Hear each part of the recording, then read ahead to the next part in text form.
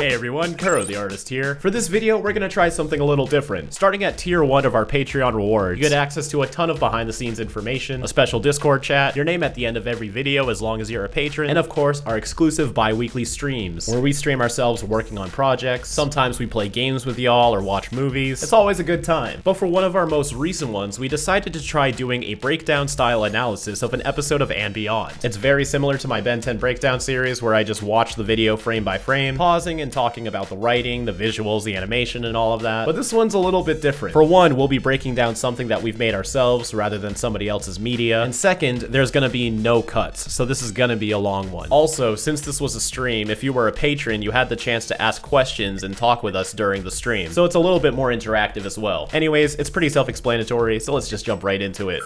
What's up everybody? Kuro the Artist here. Welcome to the Patreon stream. We're doing it on a Monday today to switch things up. I am here sharing a box with Mr. O.R. Ash. It's very cramped in here. So cramped that his hands are starting to wither away. Yes, but Yeah. I do have a tiny wizard hat though. He does. Oh, I had a birthday hat. Oh, you know what? If my hair is like out of braids, I can make it look poofy, which is sort of wizard-like, right? Okay, so today, if you're a patron, welcome. You have to be a patron to watch these streams, so I'm assuming if you're a patron, you're aware of my breakdown series on the main channel, where I have been watching all of the Ben 10 franchise episodes and breaking them down in a breakdown format, and we're going to try something different by breaking down something that we made. So it's almost like you get to see what a breakdown is like live, at least in the recording process. You know, with breakdowns, I'm always stopping to look up this and that. I shouldn't have to look up anything because we made this. Yeah.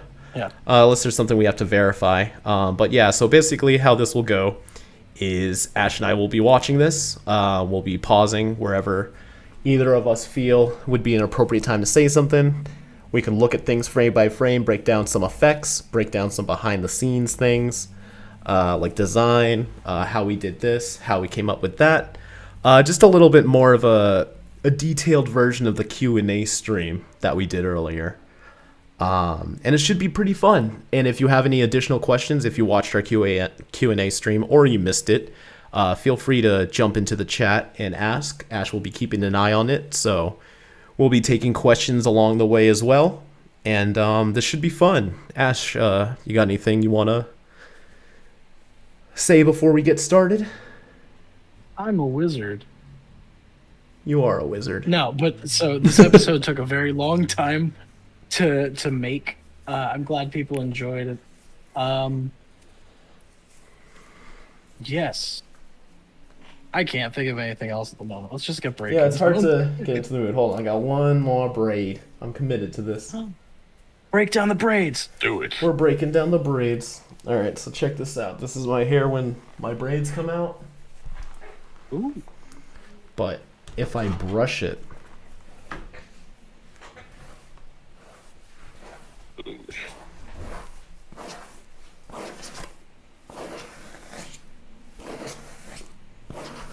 welcome to brushing hair with Kuro. Beauty tips with Kuro. Oh my god. What the fuck? Now hold up. Dude, I wish my hair was like that. God damn it. Ah! It's too puffy now. I can't even keep this on. There's a very certain comedian that you look like that I can't remember the name of right now. Is it Carrot Top? Not Carrot Top. Oh god. That's What do I you look like you no, what you look like is a fucking like 7-year-old kid at a birthday party. I don't look like a wizard. What if I Wizard hat tip. What if I did this? I don't know. Final form. Everyone's saying you turned into Pennywise.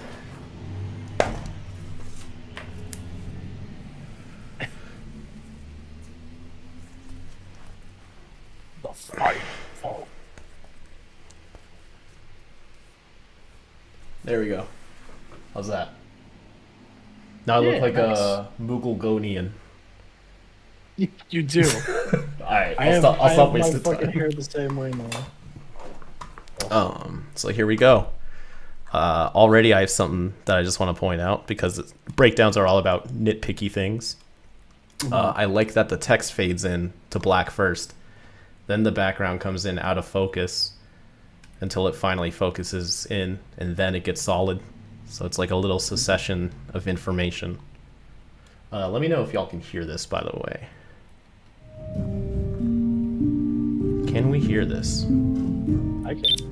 Good evening, Professor Gwendolyn Tennyson. Horace, great to hear from you. Awesome. So already, as you know, Gwendolyn Tennyson here is voiced by Julissa Lopez. We found her through Ben One Last Time, the series by Xanderflix.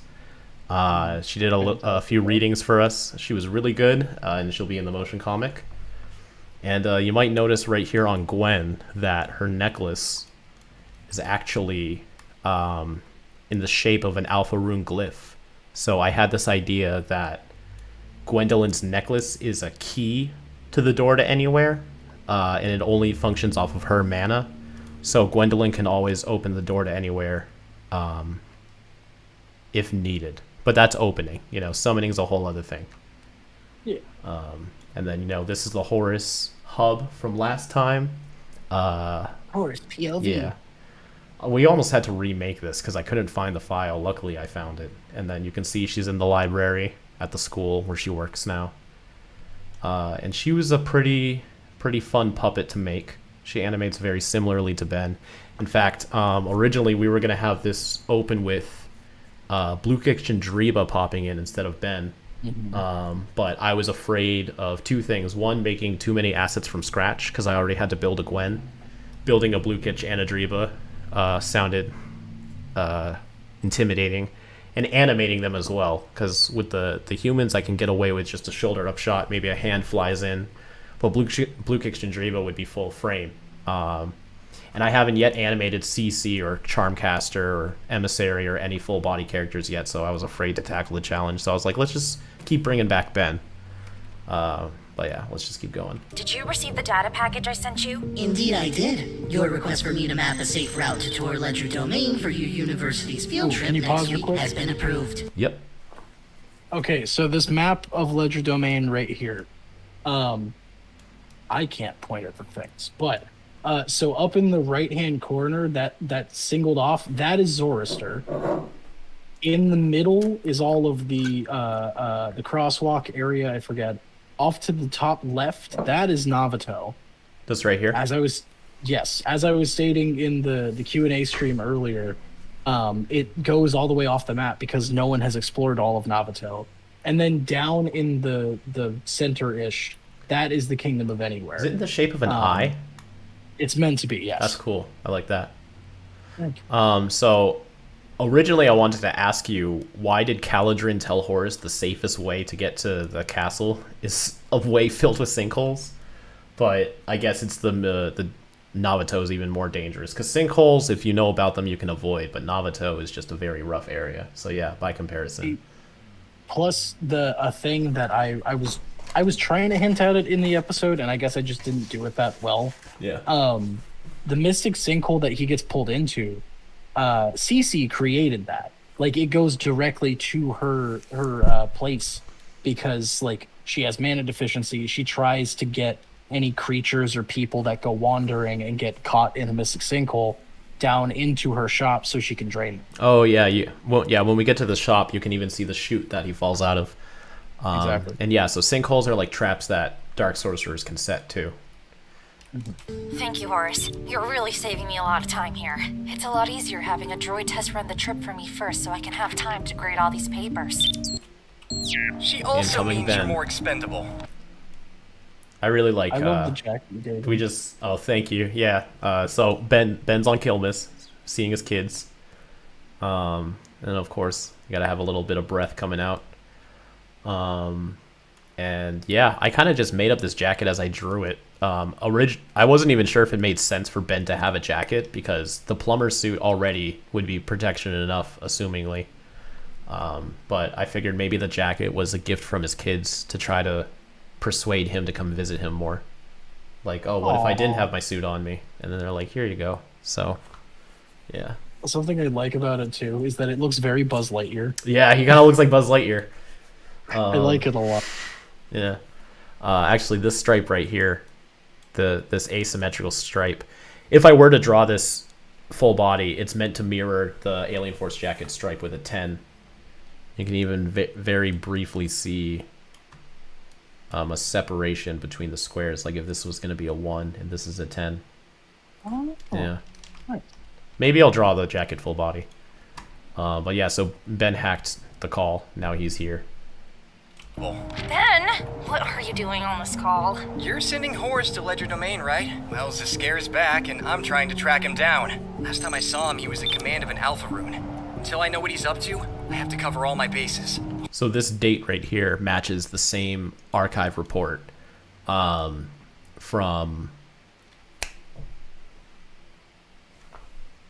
Anur. Thank you. So yeah, in universe, this is when that event would have taken place. Which now that I think about it, that kind of means like, I don't know, how long does that give Omniverse to last? I don't know. I always assume they just keep going back in time, which is why Ben's 16 forever. But yeah, so here's zs'skayr, just straight out Omniverse. Horus, can you make sure to gather as much info on the Alpha rune as you can while you're there? Sure thing, Commander Ben Tennyson. It's just Ben. There is one audio error though. When Horus talks here, the wind stops. Sure thing, Commander Ben Tennyson. It's just Ben. Because when Ben's live, you can hear wind from Kilmus, and it's just that one line. It bothers me, but I couldn't go back and fix it because I already rendered the tracks together in a different project file, then rendered that project file into another. Fair. Yeah. Also, a little detail, at least with the dialogue, with this bit of him calling him Commander Ben Tennyson, again, even though in the inner, he already told Horus, just call him Ben. Again, it's because all of the Horus are Horus, but not all of them have the same experiences and everything. It was a different Horus that Ben told that to, so like we can keep making the joke. Yeah, they only share information databases, but when it comes to like their own personal Horus, that's all them. That's their individuality, their own memories and whatnot. Yeah. Anyways, I'm programming you with an enchanted algorithm I created. So someone already solved this. This is the Ben 10 theme song.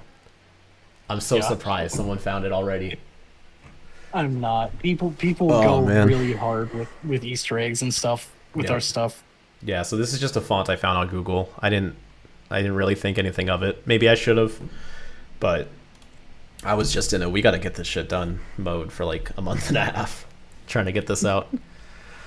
Time is out of sync with us in Ledger Domain, so we won't be able to contact you until you return. But Canon, but also a good excuse to not have Ben or Gwen show up for the rest of the episode. Because like you'd think once Adwaita shows up, he'd call them. So, you know. But we didn't even have to make that up. That's just true. Oh.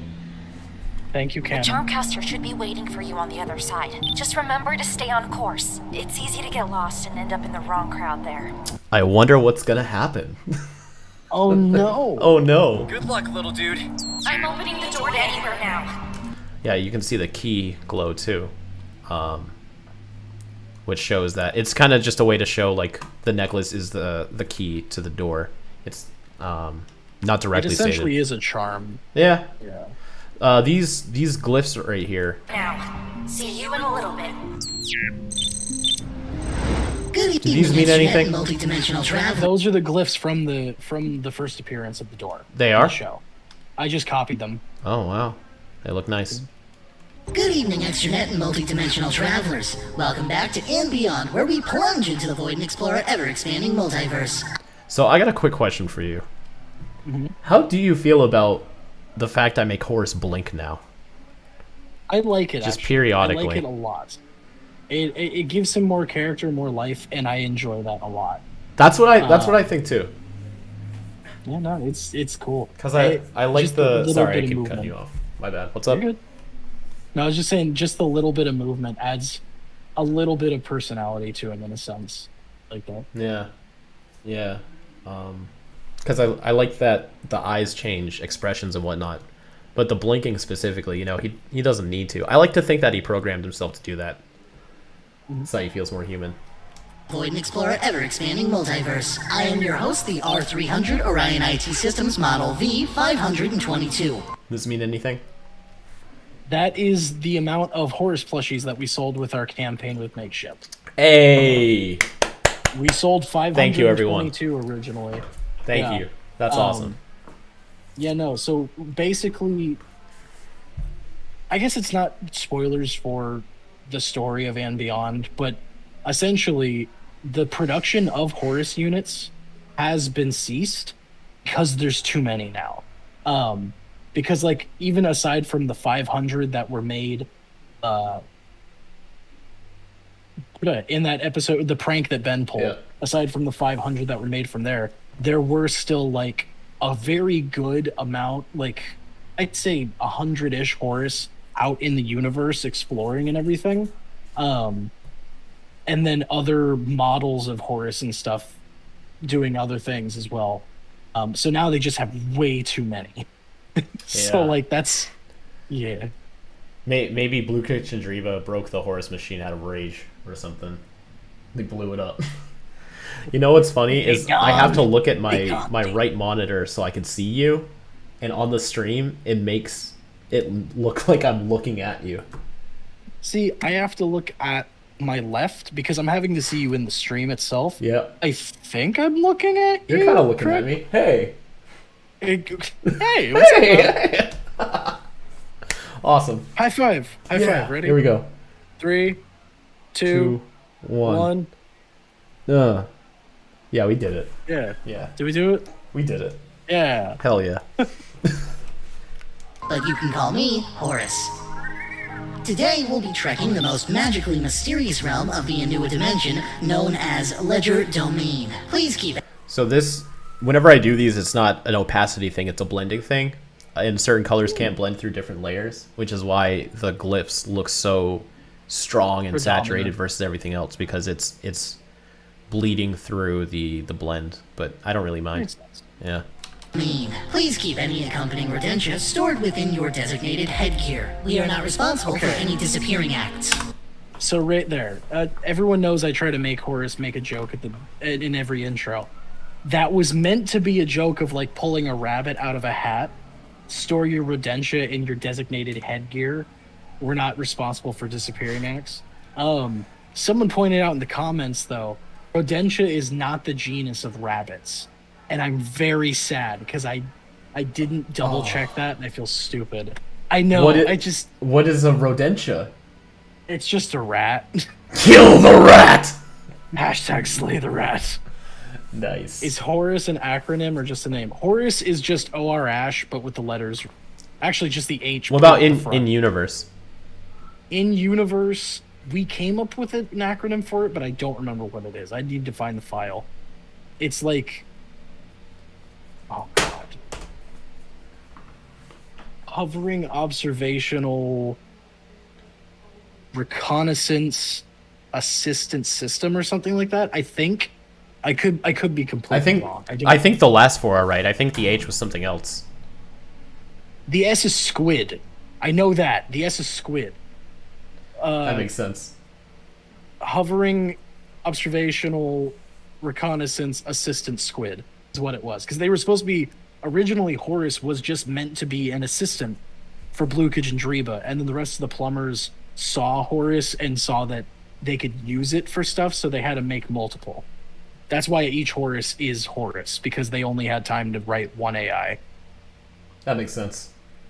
Yeah. Some exclusive Horus information for y'all folks there. We are 1 minute and 41 seconds into the episode. We've already been going for 20 minutes. That's honestly how these breakdowns go.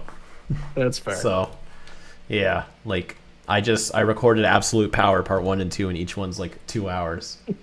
I'm like, I gotta cut this shit down.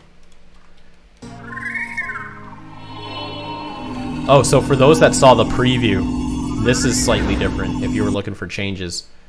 Originally, he did a slow glide into the portal and faded in. Now he kind of hops, and there's this little flash effect.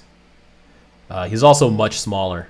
I still think he should be smaller than that, but I wanted him visible. Because like you got to I think imagine like Greg came up to like right here, and Adwaita came up to like right here. So Horus would probably be like super de-duper tiny.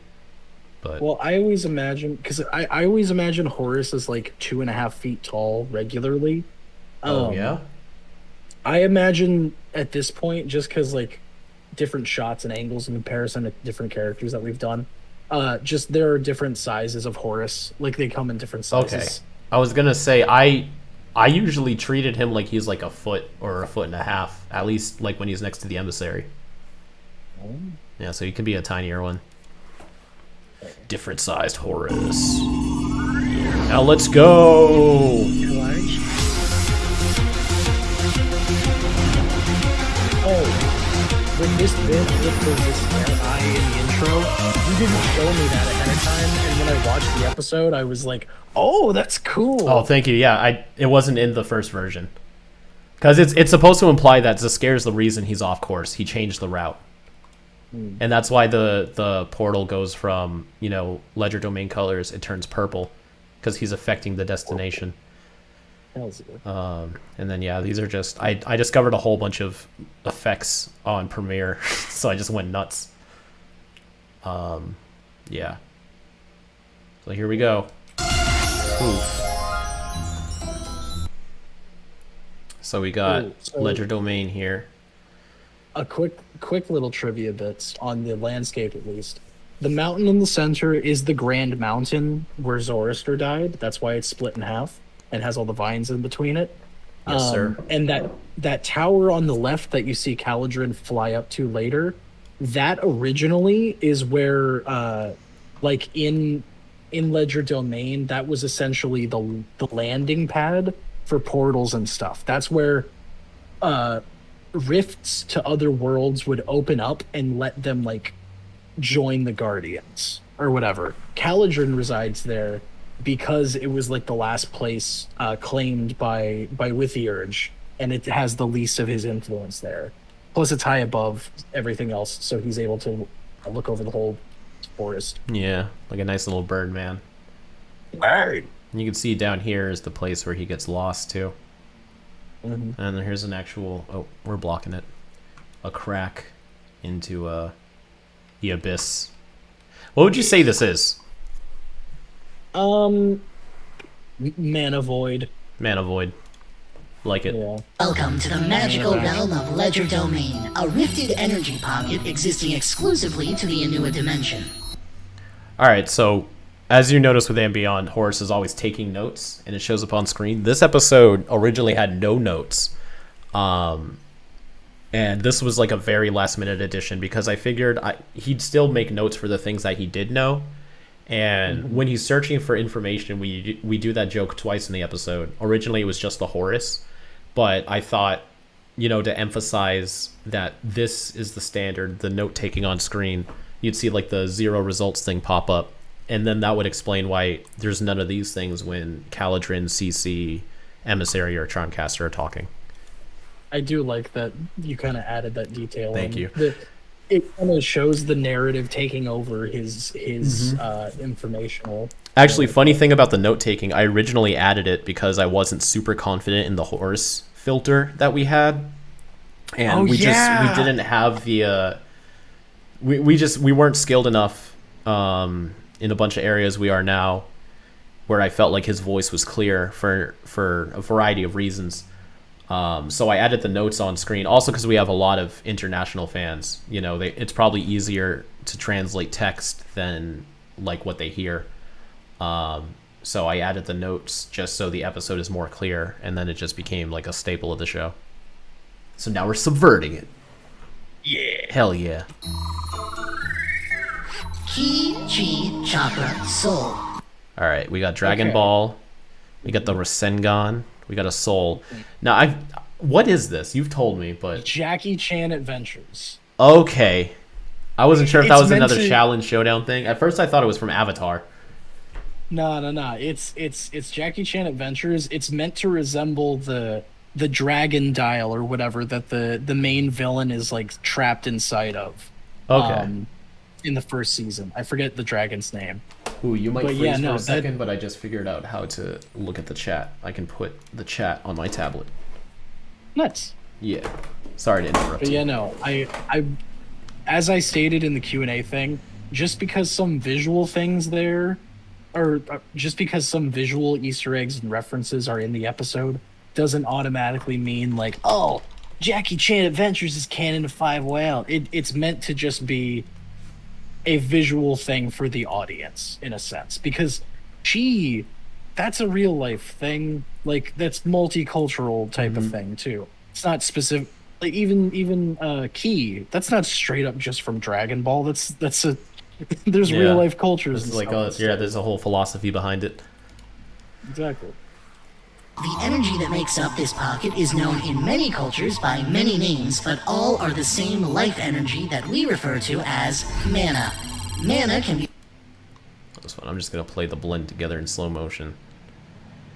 I also had them all doing different things. This one slowly rotates. These two have a wavy texture. I actually didn't do anything for this one. Whoops, never mind. But then it all... Ooh, this one starts a frame too early. Boom, bump. I like it. It's just a lot of It's such a opacity good effect. changes. And then the second and last fact that Horace actually knows in this whole episode. Mana can be found in all living things, but nowhere as abundant as here in the domain's capital, the kingdom of any... Where am I? This is why I'm so glad that we switched to this Horace puppet, because like he can do all these things with his face. Yeah, dude, it looks. I love how Horace looks now. Yeah, he's Just it. good old so Horace. happy. It's the boy. Oh, well, according to... I just heard Horace say it's the boy. Was that you? No, that was me, yes. Okay, I was said, gonna it's the boy. Okay, that sounded like a notification or something. Like there was a new Twitch thing. I was gonna be like, whoa, what? Oh god. Freaked me I the want to fuck make out. that a Twitch thing now. It's the boy. Oh, well, according to the map, it seems I am a bit off course and This should be transparent.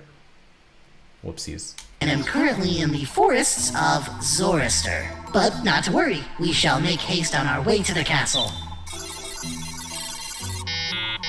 I love. Well, how it seems as though I have...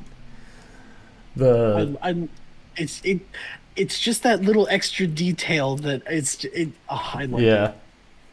Because I know it was originally a bit that I think I only put in the storyboards for when he's talking to Cece and doesn't know anything about Navato. But I kept trying to figure out a way that we could display him searching and not knowing what it was. With like originally it was going to be his eyes were going to say no results, and I'm glad you did this instead because it Thank looks you. much better. Yeah, I like the X's on the eyes. I think that was in the storyboards or something. I don't know if that was like literal I or can't not, remember. but I saw red X's on his eyes, so I was like, okay, I'll throw those in there. Well, it seems as though I have no information on Zoroaster, so I will describe on the way. It's very dark, Oh, this is Oh, also the actually- first time that you see him from a different angle. Yep. In We fact, had- I was we had- very afraid to have him switch angles on screen.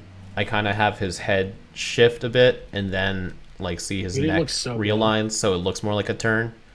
But originally, throughout the whole episode, I tried to make it so he only changes angles when you cut away from him, but this one, it had to be on screen. And it's like, I think this is one of the last shots I did, but it's one of the first you see because I was so afraid to do it.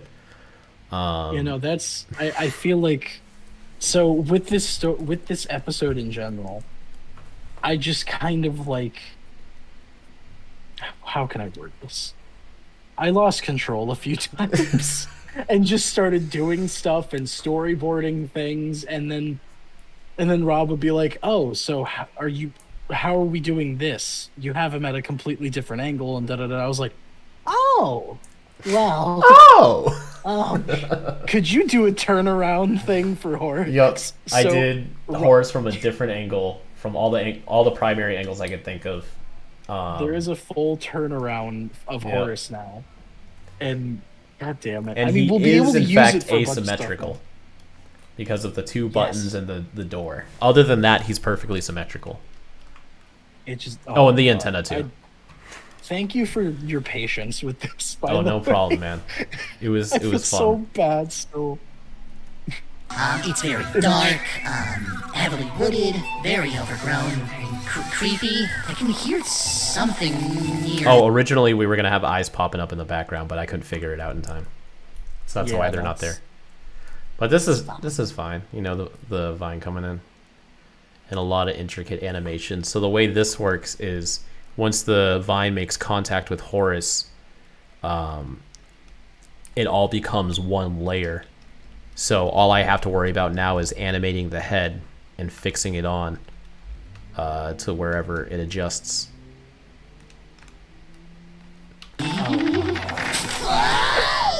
That happens so quick. Also, a fun fact, real quick. When I recorded him screaming while getting pulled away, I scared the fuck out of everyone in my house because I forgot to tell them I was recording audio. So I did that twice. I did one that was more like lower tone, and I didn't like it, so I did a higher pitched scream. Oh yeah, you And you my got out of dad, your like, chair and ripped everything. Yeah, my dad like ripped open my door. He's like, "What's going on?" I was like, "I'm recording audio. Sorry."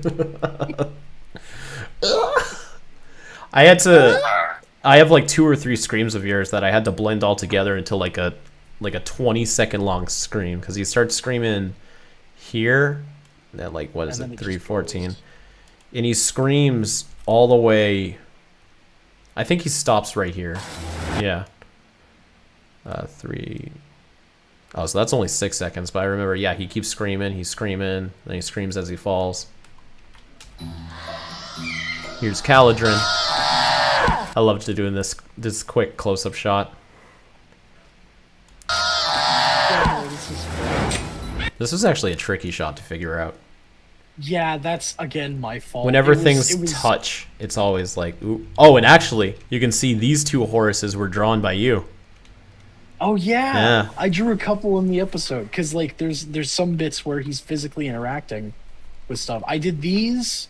There's a few more later on. I can't fully remember. When I see him, I will. But I know I also did all of the Horus, like every section. I tried to make a joke that he's falling into frame from something.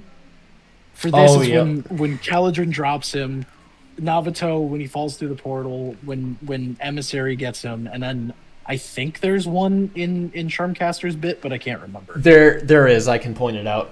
Okay. I also really like how you have a transparent shadow on the frame here. So anything I warp or size with this, you can actually see a shadow dragging. That's dope. And this comes in. Then we slice it down. This is just This an is the effect I downloaded. This is technically an action shot. Yep. And This then is the this one action shot. this was fucking hell to figure out. Because it's all hand keyframed and it's not perfect. I feel like I could have made it a lot smoother, but it would have taken me hours. And I try to do everything, like every block of an effect, like this whole thing I would consider a sequence, within an hour or less, unless it's like it needs to be perfect. And this is something I was like, there's so much in the episode, it can't be perfect. But I think this looks fine. I tried adding in like This, motion blurs and stuff. yeah, no, dude, this shot looks awesome. Thank you. Like I was worried because I only drew 2 assets for this bit, which is that one right there, which is the sideways shot, Yep. and then the back shot. That's all I did for it. I also have like- a lull. Oh, every now and then I add, you know, my bloops, right? The transparent fade bar. Yeah. I add those into Ambient a lot to add depth. I don't think I've ever told you that. Like I didn't realize that. this front layer, when it's out of focus and it comes back into focus, and then it shows that it's different from the back layer. Oh, see how these are 2 layers? There's a bloop that starts rising in to make this pop out more. So there's actually 3 layers there, and one of them is just a shading layer. Oh yeah. And also you see it's on the bottom right now too, because otherwise the ground looked so bright and your eyes would keep going to the bottom of the screen. That's a good point. Yeah, here, let's watch that in real time. You're still screaming. That was the falling one. Yeah, so another Ash drawn Horus. You know something? I reuse the exact same animation of this too. I just flip it if I need, but it's always just I only animated this once. And then he comes in. This was tricky to do. So you gave me the legs and the wings. I drew this back flap right here too, just to give it some more squish. And then the frames have to warp, like they stretch and squash. And then he comes in, then gently lands. And then this is just the image, the side image you gave me stretched, and then it squishes into frame. Tread these paths carefully. Kellen as Caladrin. Many a wit. So good. Oh, I love Fantastic it. performance. I love it, So good. And then here's Horus from the back. Then we pan up, we see Caladrin. Adventurer was taken by the forests. Oh, thank you. I am called Caladrin, the guardian of Zoroaster. I protect these forests with diligence and care. Yeah, so he rotates and warps around just because I felt like the Ben and Gwen at the beginning and Horus, they all set a standard. So if Caladrin didn't move at all... I should have made his puppet... Because, for those that can't tell, his puppet is just one solid piece. The I eyes just change. did a few variations. Yeah. Well, no, I did variations with different eyes, but like I wish that I like made his head separate from his body so he could like lean forward and stuff a bit more. Like if I would have realized how much we were gonna go in on this episode when I was at this point, I would have made his puppet a little bit more intricate. Yeah, because he was one of the first things you did. But I got the away first with thing it, just like moving him around and stuff. You know, it's enough. Whoa. Sornitho. So that's I do. That's that only makes sense if you read 5OL, but I feel like if you don't know what he said, you're not gonna care. You'll just be like, I don't know what that means, and move on. I just love that bit though because it shows that Horus is such a fanboy of a character. Yeah, he's like, a Ben 10 "Whoa, fan. Sweetie. It originally was gonna be Whoa, big bird. Big Bird, and then you pan up and you see Big Bird here, dude. I should have done that. Sometimes I edit weird things into the ambience during the tests. yeah, like that Rao one. Whenever we Oh were doing yeah, when we did the Vegeta Krypton one, when they introduced Rao, I had it switched He's to. Oh my god! Row, like a dungeon dragon. Buster Rhymes is the voice of the Reptaragon. Yeah. I gotta find that edit so they can see it. 'Tis quite dangerous in these thickets. What brings you, little one?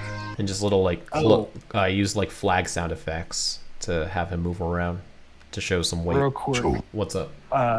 we have a question. Is Caladrin the only Ithibis that exists? No. He is the originate Ithibis. He created a species off of himself. So Ithibis is a species that lives in Zoroaster, but he is the first one, essentially. And He's they're Daddy not Cow. as powerful as them. Yeah, he's Big Daddy Bird. Yeah. One. Ah, yes.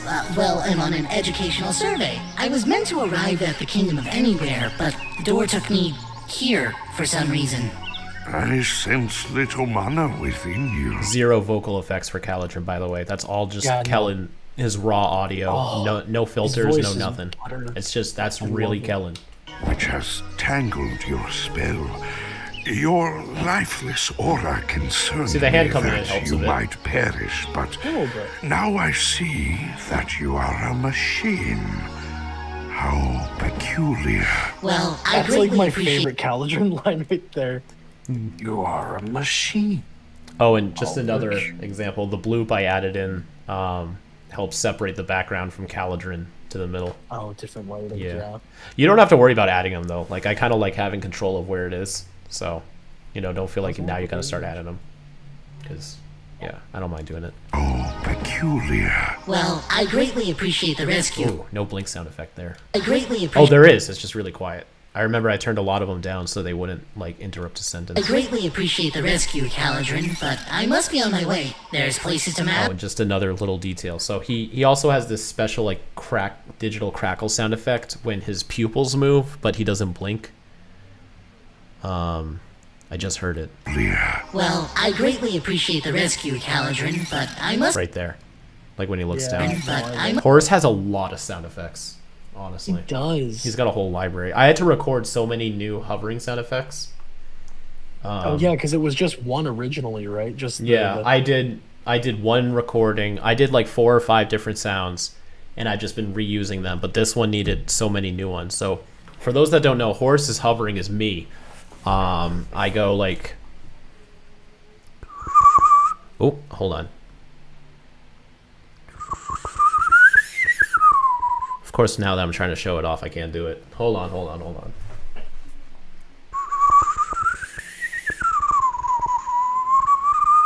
I can't do it right now. Let me get my lips wetter.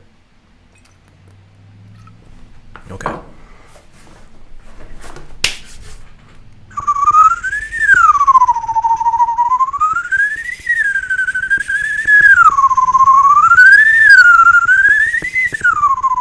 But better. I don't know. I can't really do it right now. It's a weird sound effect to be able to actually be able to do on command. And then I just add the Horus filter that I use for Ryan's voice on me. But yeah.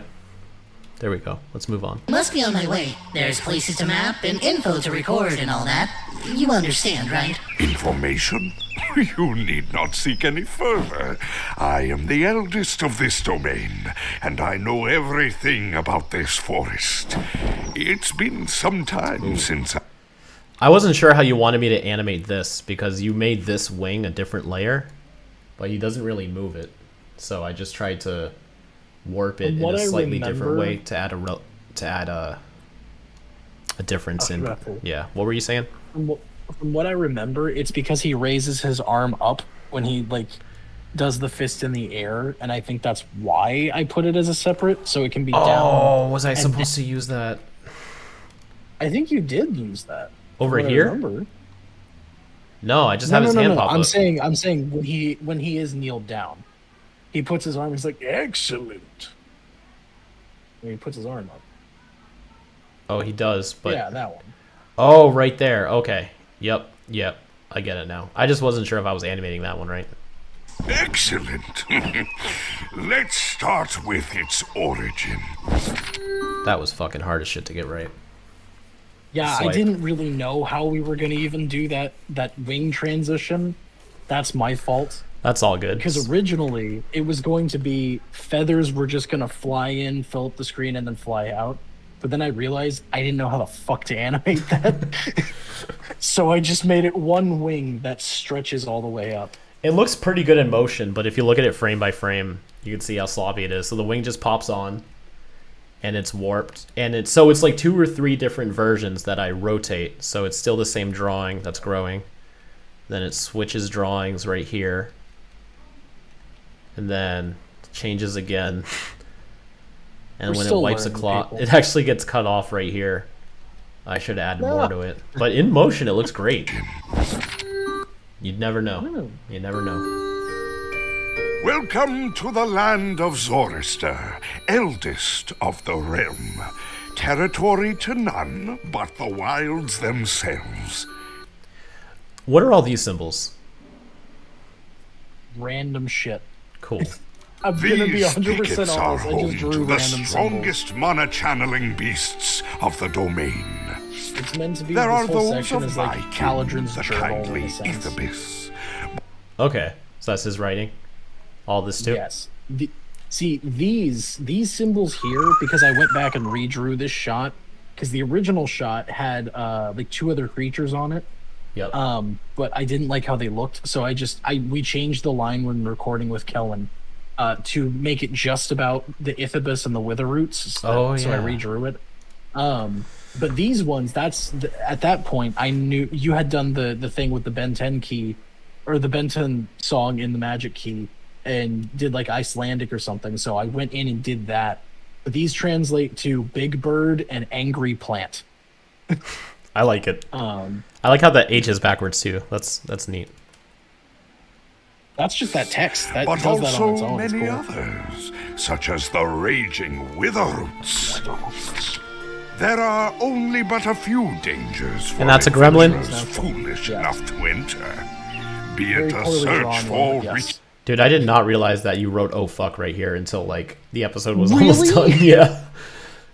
I thought you just were like, okay, it's in there. No, I'm We're fine trying with not it, to I just get didn't kids notice. Censored anyway. Hey, if they try to claim this video for children, just show them that screenshot. Is this a Furby? Oh no, that's a No, baby. that's a Ithibis. baby Ithibis. Dude, I'm seeing Yeah. Furbies They're- everywhere, man. They're in my fucking head. Damn it. There's, those who there's two enter of them in this shot. Zorister There's that of one and then one is asleep. intent shall Because this remain guy is trying to trapped hunt them. here forever. There's the sleeping little baby Ithibis. I wanted to put the Ithibis babies in. One, because I had done a commission for it a year prior, and people thought it was cute, and I wanted to do something with it. And two, I was originally hoping we would be able to get a plushie thing with this episode. So I was putting them in case, because I want to make that the That would have been plushie so cute, for the yeah. episode. Oh, perfect time to pause as well. Here's all the guardians All right. that I have listed. The bird. The bird is... Second, I need to reopen that doc. Ba-ba-da-ba-da-ba-da. Guardian of the Skies. Urvogel. Urvogel. Squid. Then Squid, that's just straight up Dagon. Blocks. It is Dagon. That is Illumorpho, Guardian of the Stone Rind. Mr. Krabs. That is Guardian of the Seeds, Kedgelock. Big Bird. Galadrin. Santa Tree. That's with the urge before he goes crazy. Elvis. That's Zorister. And then Lizard Lewis. That's Magsizal, Guardian of the Depths. There's one more god that appears in, I think, like 2 shots, which is Nedresta, Guardian of the Wild Beasts. There's Calvin being all cool. That one right there, the fox wolf one? thing. Yeah. And you can see Charmcaster's rock creatures getting formed by Zorister. Yeah. Those are the terra firma. Which terra firma literally I did just it. means ground. Ground. Yes, it's in like Esperanto and French, I think. Ground. Awesome. So can you post all the Guardian names in the wiki chat? I will. I'm gonna link Yeah. this thing once we finish the stream, Sounds so good. they have the info. Yeah. Oh, by the way, should we make this public afterwards or keep it Patreon? I'd say keep it patron for a little bit, and then Yeah. we can make it public later when we decide. If Sounds anything, good. we can cut the stream up. Yeah. We'll let How y'all did it come up decide with too. the name? If you guys want this to be a Patreon only experience, we can keep it in house. An imagination. What's up? Saber Lights is asking how we come up with the names for the Guardians. It's just a mix of they're essentially just supposed to be descriptive puns. Some in different languages, like Slavic and Icelandic. Some of them are just straight up weird words, like Illumorpho. It's illusion and morph, and that's his name.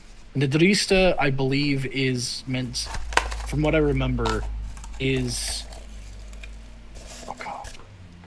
it's fox and wolf. I can't remember what languages they are. Nedrista. Yeah, I don't know. Oh, 1 second. You can keep going. I have to pause my mic for a second, though. An imagination.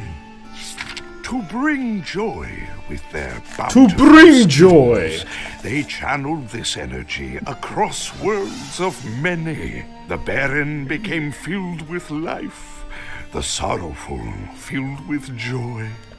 So, this little expansion here, it didn't like give life to the universe. It just added a lot of life to barren parts, and also Exactly. gave some unfortunate areas prosper. So it's sort of like Yes. a second minor Big Bang. Yeah. This It's a little united kick. every world they touched in harmony.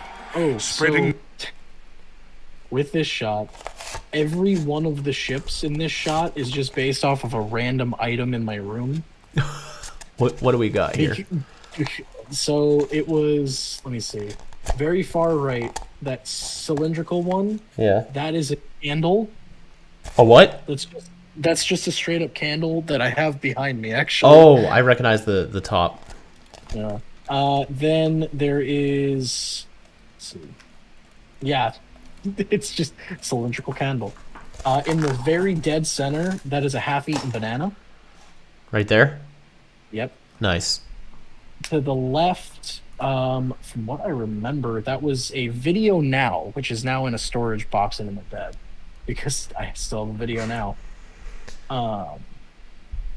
And the ones top middle were two hairbrushes that I put a hair tie to make them stuck together. Cool. Yeah. And then we got the Guardians here. Yes. I like how Max's old Dagon's sorcerer creeping up paladin. right here. You almost miss him, but he's here. He's coming to the party. Natives like, uncharted from the furthest of this realm. So are these them or are these statues? Those are them. Okay. Yeah, it's like little stages that the people essentially made for them. And then who do we got here? Oh, that would be the descendants of the big tick worshippers. Descendants or The ancestors? ancestors. Yeah. The ancestors. If you notice as well, though, if you zoom in to the base of Zoroaster's, one of the shadowy ones on the left, there's Hollow Knight, or the vessel from Hollow Knight. Right here? Yeah. Hey, look at that. So yeah, that's this his is kind of oldest just guardian. I like to think that their descendants, like the ones we see in the Big Tick, the season 2 episode of Classic, they think the Big Tick is a guardian or something, but he's really not. They're dumb. Yeah, they like maybe not a guardian specifically, but they're just so used to worshiping things, they just started worshiping this tick, and it's just a tick. It's big. It probably isn't even conscious enough to know that they exist. Probably not. In And return, all the other Is that bodies I was portaler trying near to the make- lizard guardian? No, I just tried to do a bunch of various body shapes so that it was clear that there's different species there. We could make this a portaler. Okay. Kind of looks like It's one. portaler. Yeah. Canon. Confirmed. the Guardians respected them. Are these anything? Yes, they are. Let it go until it's all... Does it show all 4 of them? Yeah, I in pans shot across. with her? Oh no, I needed it well, to. I needed so- the shot to have motion because it's a long shot. So, from the left going right, that is a proto-Methanosian, because all of this happened like hundreds of thousands of years ago, if not a million years ago. That's a proto-Methanosian who was working under Withyurge. Then you have Spellbinder and Charmcaster's ancestor of the Aridrasel. And then you have Hex's ancestor for the Grisanim, and then you have the Terra Firma ancestor that Zoroaster create. So all 4 of these were like the first students underneath those specific guardians, and they were taught like the magic that's more specifically to do with each guardian. Limit's got a good yeah. question. Is the expansion also the time Dagon promised a golden age for Earth? I would say that this happened too long ago for that to line up. Maybe the Dagon just tried that again. Like after he left Ledger Domain, he just wanted a new territory. So he's just trying to hustle some mortals. You know how it is. God stuff. Kind. You pulling that game. However, this angered Oh, those okay. who the So Guardians with this wished. shot, this whole entire shot, if you look at the whole thing, the guy on the right that's kind of smudged out, that is Hex's ancestor, because the Grisanim were the ones that led the they worked with the people that were like pissed off they didn't get magic and teachings. They leaked magic and teachings to those people for their own gain, and that's why later on the Grisanim are the ones that found Navato and make magic tools. They're the ones that came up with them originally, to slay the gods. Those And on the damn very magic hackers. Exactly. On the very far right, the reason it says Y and has it crossed out is because the Griezenim and the guy who followed or Hex's ancestor specifically didn't believe that the terra firma were living things. They thought they were just puppets that Zoroaster made, and was like mad that he was on the same level as that and not of that of a god. So yeah. And the hammer? The hammer is just the first magic tool created. It's using glyphs of both the spell that was used to create the terra firma and one that is just meant to be like a oh god, what is it? Just like a magic boost, essentially. I have each of the glyphs there, and then a combined version of it on the right. The mega glyph. But essentially, this was made specifically to kill Zoroaster. When Hex and Spellbinder have the same ancestors? No, they're not related by blood. Yeah. Correct. This artificial method was used to create tools, their true name forged within. The shot made me a little nervous because I felt like it was a bit long. Eventually, later on, we did add in a bunch of shots for future narratives, but sometimes I'm a little weary on the timing. Yeah, I didn't take into account pacing when doing the storyboards. So that's all my good. fault. I mean, it worked out. You know, people kept watching. That was all I was worried about. I am skipping through some of the monologue though, just because we know what they say. From which these forests were named. Their calculated attack struck her and split the Yeah, so the Guardians didn't give their magic to everybody, and the people they refused said, "What? It's hammer time." Whoosh. Hate you. Hate you so much. This is such a sad moment. They killed the Mole Rock.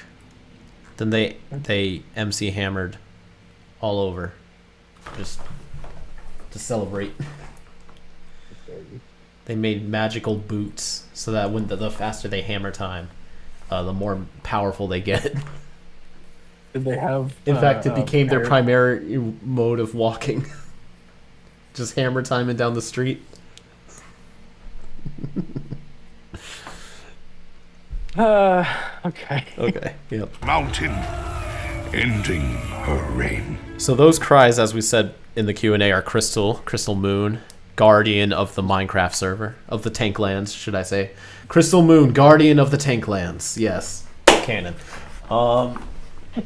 She actually sent me, like, how many? Like, between 5 and 10, like, a bunch of different cries. And I tried to use at least 3 of them. But I added in too many at one point, and you just couldn't focus on Kellen. So I just have the one in there. 10 samples she did. And they weren't even just, like, 10 takes using the same filter. They were 10 completely different filters and methods of crying. It was crazy. You can release those if you want to, by the way, Crystal. You can show them off. Or, like, what's up? I said yeah. Oh, yeah. Yeah. That's just the one I like the most. So. Ending her reign with death. With death. This enraged the guardian of the green water. Okay. This was one of my favorite things to draw out of this whole sequence. It's just, it turned out so cool looking, and I was very happy with it. Yeah, I love all the swirls in the back that sort of look like, what would you call it? The thorax of a spider. Exact. That was what I was. It looks going awesome. for. Yeah. Zoroaster, dear. There he is, literally ripping somebody in half. Yeah, no, I wanted, like I said, I wanted to make sure this didn't get claimed for kids. So there are some things I was like, wall. Dude, I was literally like, some things considering, I was like, is this too much? Fuck it. Like, dude's getting ripped in half. Dude's getting fucking splattered. Dearly. And now with her life taken by these tyrants, Tyrants! rampaged through lands, the underground smashed. consumed by his form. swallowed. His roots traveled deep into the domain, sacrificing himself to This guy's protect getting what trapped in the remains. wall. Yep. Bye. And there goes the hammer. The original hammer. The one that Still struck stuck in his Zorister. roots to this day. Yeah, it's still stuck there. Yep. And then this is another shot I felt was very long. Not to keep calling you out. I'm just giving my my honest commentary. I did originally have 2 shots planned to go there that were going to show each of the gods leaving, but I just ran out of time with this section and needed to move on. So I did it as just this and added in the thing where it's like the fade to him standing in the same spot. Because I thought that worked thematically of him like reminiscing in the sense. I do like this transition. Yes, this is great. Look at that. 21 seconds. That's a doozy. That's a 21 seconds of this fucking meatball.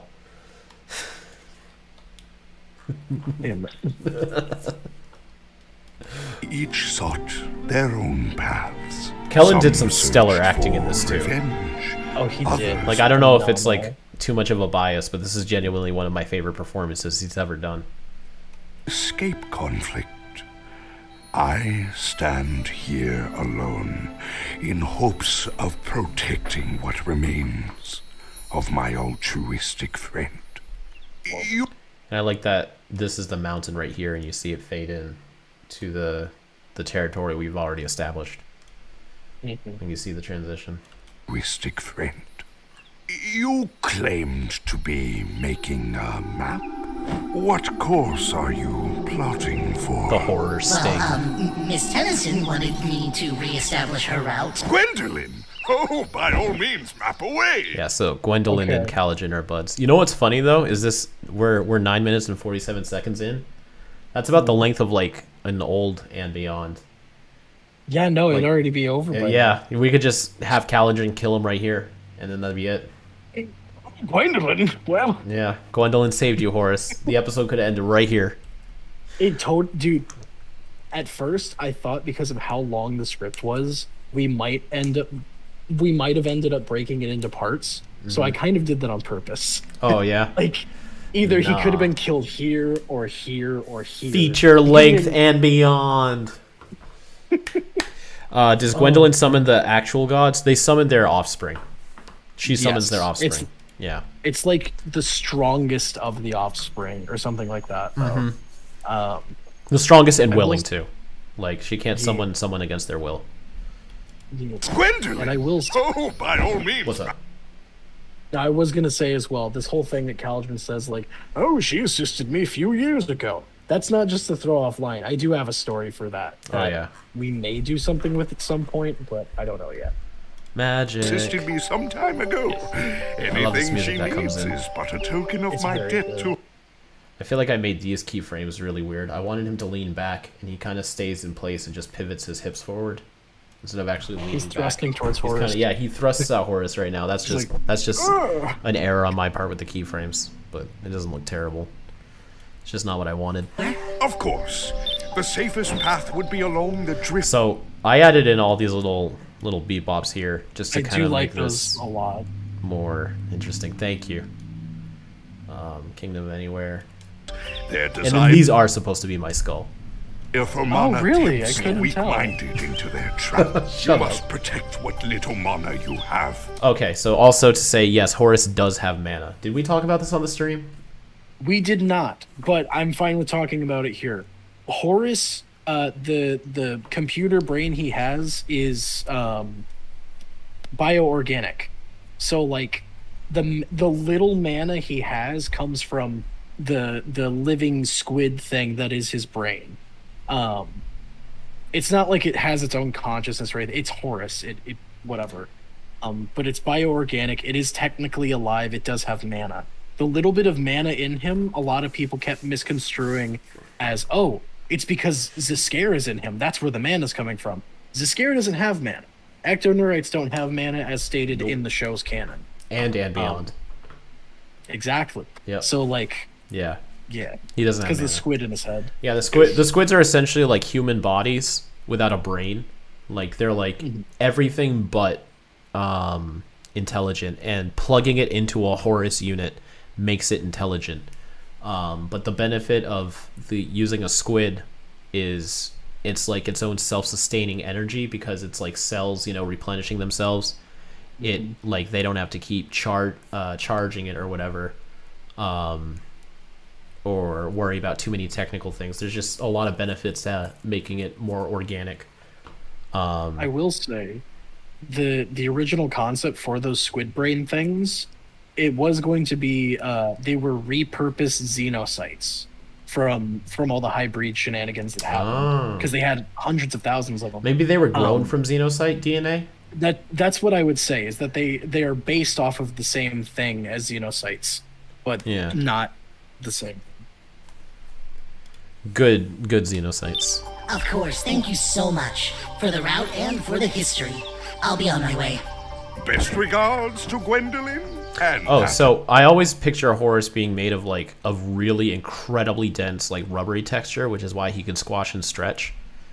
So like even though his head looks like it's metal, like he could kind of Mickey Mouse around in terms of like his I don't know, like old school cartoons.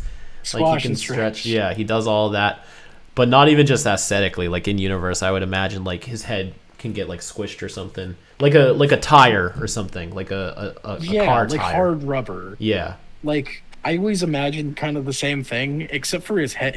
His head I always imagined as like a really hard plastic, just because of how solid of a shape it is. and the squid tentacles are a slimy, squishy squid like texture. Best regards to Gwendolyn and that grabby cousin of hers. And of course, that line implies Ben Scandum. Yeah, Yes. Gotta throw that in there. A lot of people got that too. Okay, all right. So we're gonna play this, and then everyone in the chat, guess what song Horus is humming. You got a minute. And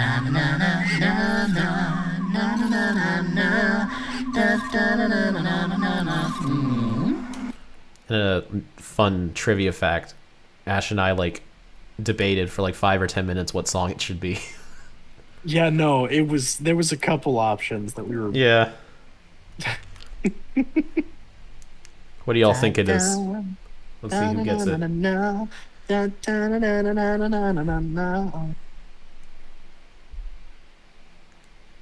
Banana Phone. Never Gonna Give You Up. I'll give you a hint. It's a song that does have to do with the theme of the episode. It's on theme. Yeah, it's on theme. Darude Sandstorm.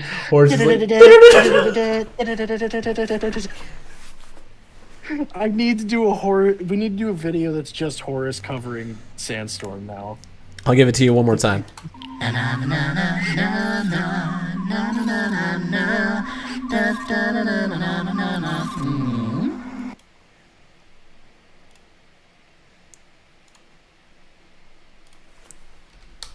Now I'm doubting I remember what it is. It's here, I'm gonna risk playing a quick sample on stream, and hopefully that doesn't claim the whole thing. Let's see if I can get away with it.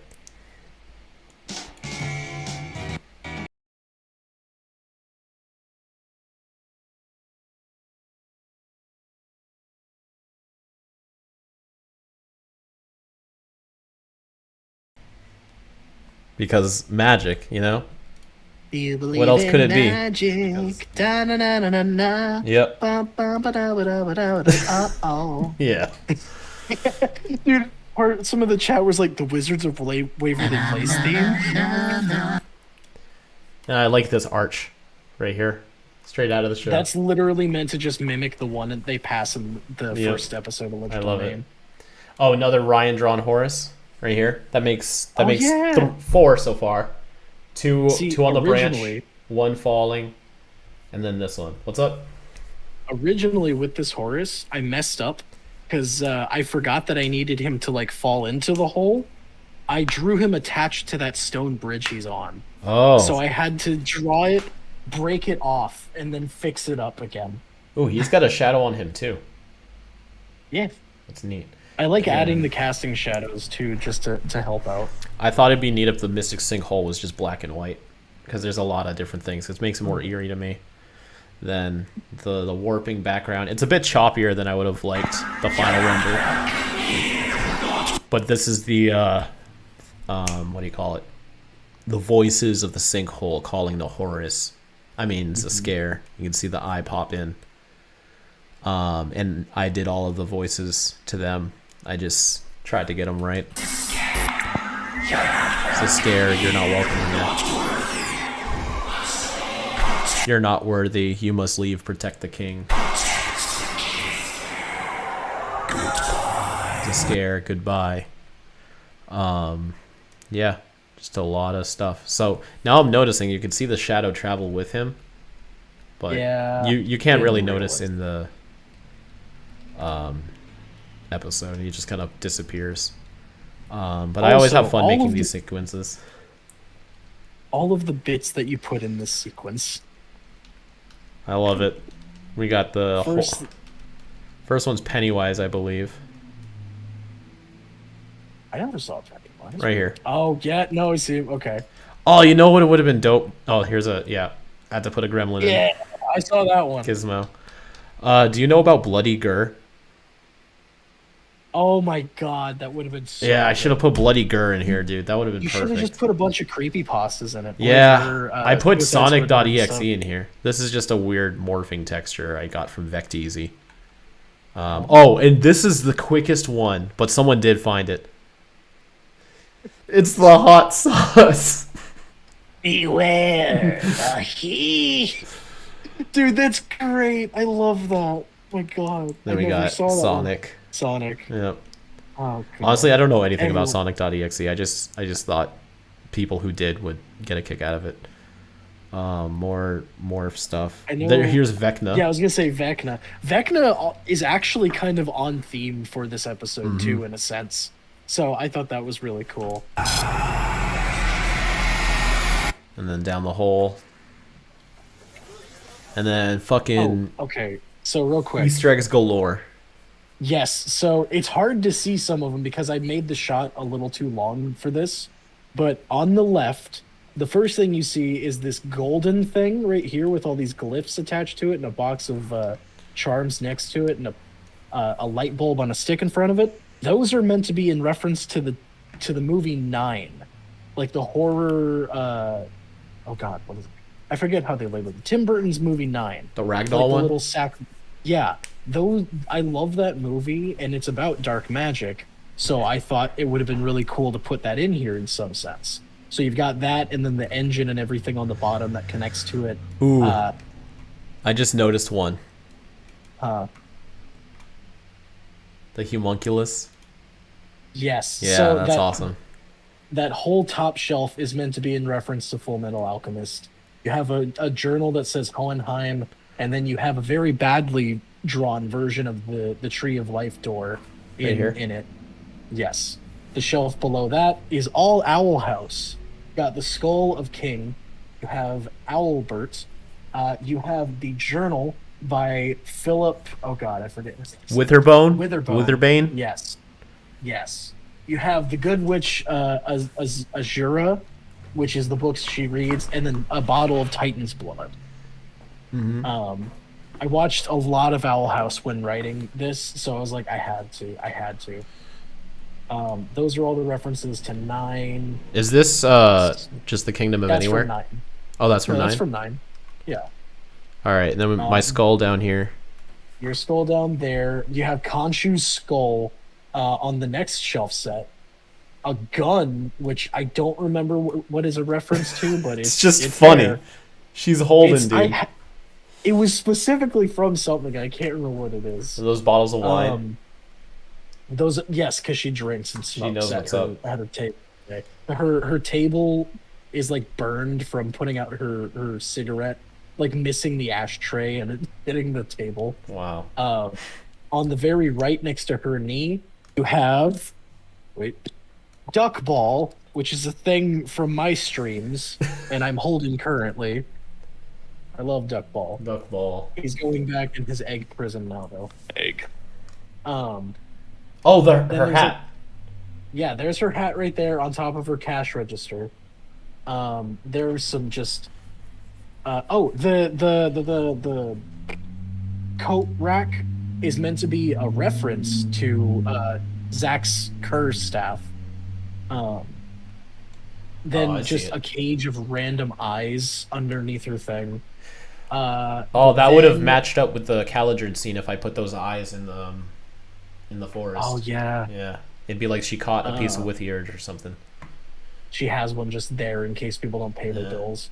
In a row. Then on her desk, you actually see the blueprint for the thing that Horus just fell into, the Mystic Sinkhole. That's the blueprint of what she made to get it to funnel to her place. Person Very goes badly in. drawn scissors, by the way. And then they're here. Exactly. And then that thing that he falls out of is right here. It has a bunch of different glyphs on it that are indiscriminate glyphs, and then Horus falls in. Boom. It's not Mumbo Jumbo's hat, it's Cece's hat. Ow! Ow! Existential inhibitor compromised. So he says existential inhibitor compromised. So there's procedures in place to make sure the squid inside of him doesn't like go insane from its incredible boost of intellect, and zs'skayr becoming susceptible to the sinkhole temporarily disabled that, and the squid inside of him's having like a crisis. So he's like, where am I? Jerking around. Oh no. It's actually I the love second this kind of series. exclamation point I've used on him. I like to think that he has a bunch of different fonts. Got rebooted. And he boots. He still floats though, because the motor isn't based on intellect. He's just a hover man. I love this rebooting screen that you gave him, In the mouth. because I constantly forget that the mouth is technically a screen too. Mm-hmm. So like, it looks so funny. It was perfect too, because I was trying to figure out how to put it in the eyes and like maybe make a loading thing across the eyes. I was like, I could just stick it in the mouth. Then the background It's bad. the background fades once Horus flies in, so that you can have more focus on him. And then we pan over to reveal Cece. This isn't on my map. I forgot to draw her beanbag chair well, on the my background. mini. So Oh, yeah, the chair just disappears once it pans away. I forgot. It was one of the ones I had. One of the things I tried to focus on getting all of her stuff finished first, and then worry about additional stuff, and I just completely spaced. This still looks fine. You know, nobody would notice. We could just say like she threw it He threw it across the. out the window. She's like, "Oh shit, someone's Yeah. here." So I'm very disappointed in myself that I couldn't get the smoke to be pink. I tried. So basically, you know how you can't change the hue of a black and white color? Yeah, Yeah, so you can't mask onto it either. trying to mask onto it would interfere with the key. And I was trying to like maybe like key it and then render it out and then create a new mask, but then it became too pixely. So I just did this subtle thing where when she regularly smokes, it's white, but then when she creates illusions, it's pink. Yeah, no, it honestly, I'm so surprised at how good Cece looks, because I was so nervous when I was like, "Oh, we're doing a fully moving, talking character. Let's see how this goes." Oh, and the way we went about it, how we went about a lot of the characters, is I drew all the mouths, and I was going to say, except for this one, which is funny because this is the example I'm using, I would also have to redraw the chin, because I also like when the mouth moves and the chin would adjust, Yeah, and that this is little the bit of only chin shot movement. where it doesn't. But I like that she doesn't have eyes here to keep her Gold mysterious. ticket. And then we got this beautiful zoom into her face right here. The transition isn't great when you go frame by frame, but I love this whole design you have of her freaky witch I doctor wanted- face. See, that's the thing, is I wanted with the Grisanim, the ones that you like are good in magic, I wanted it to be their skull face thing they can turn on and off. The reason that Hex has his on all the time is just because like he's the king of Navato. He's meant to be scary and powerful looking all the time. Yeah. Hers, because the Grisanim, their designs I based a lot off of witch doctors and stuff. With Cece specifically, I wanted to give it a little bit of a Dia de los Muertos feel to the design, just because I love how sugar skulls look. So I thought that would work really well with Cece in this instance. I just wish that I did her hair slightly different, because like I made it to where it just the gray fading into the color looks weird to me. I kind of wish that I just did the because I made like all the negative space on her face black. I kind of wish I just made the rest of her hair and then the fade into the pink and purple darker as well, so it was just solid black into scary energy. Oh no, I like the pink tips, and it was good. So she's got multiple layers. It's because we got the wavy hair, then her base body, and then her head. And even though her head moves with her hair, I have to animate them individually. Then I just put these fire effects on her eyes, and then drew the mouths, and the background's all wavy. And he's never heard of Navato, so it's just a hard cut to silence. He was like, "What?" I love that you cut the music too, like that. It makes it so. Yeah, like that. I love that. Yeah, it's good.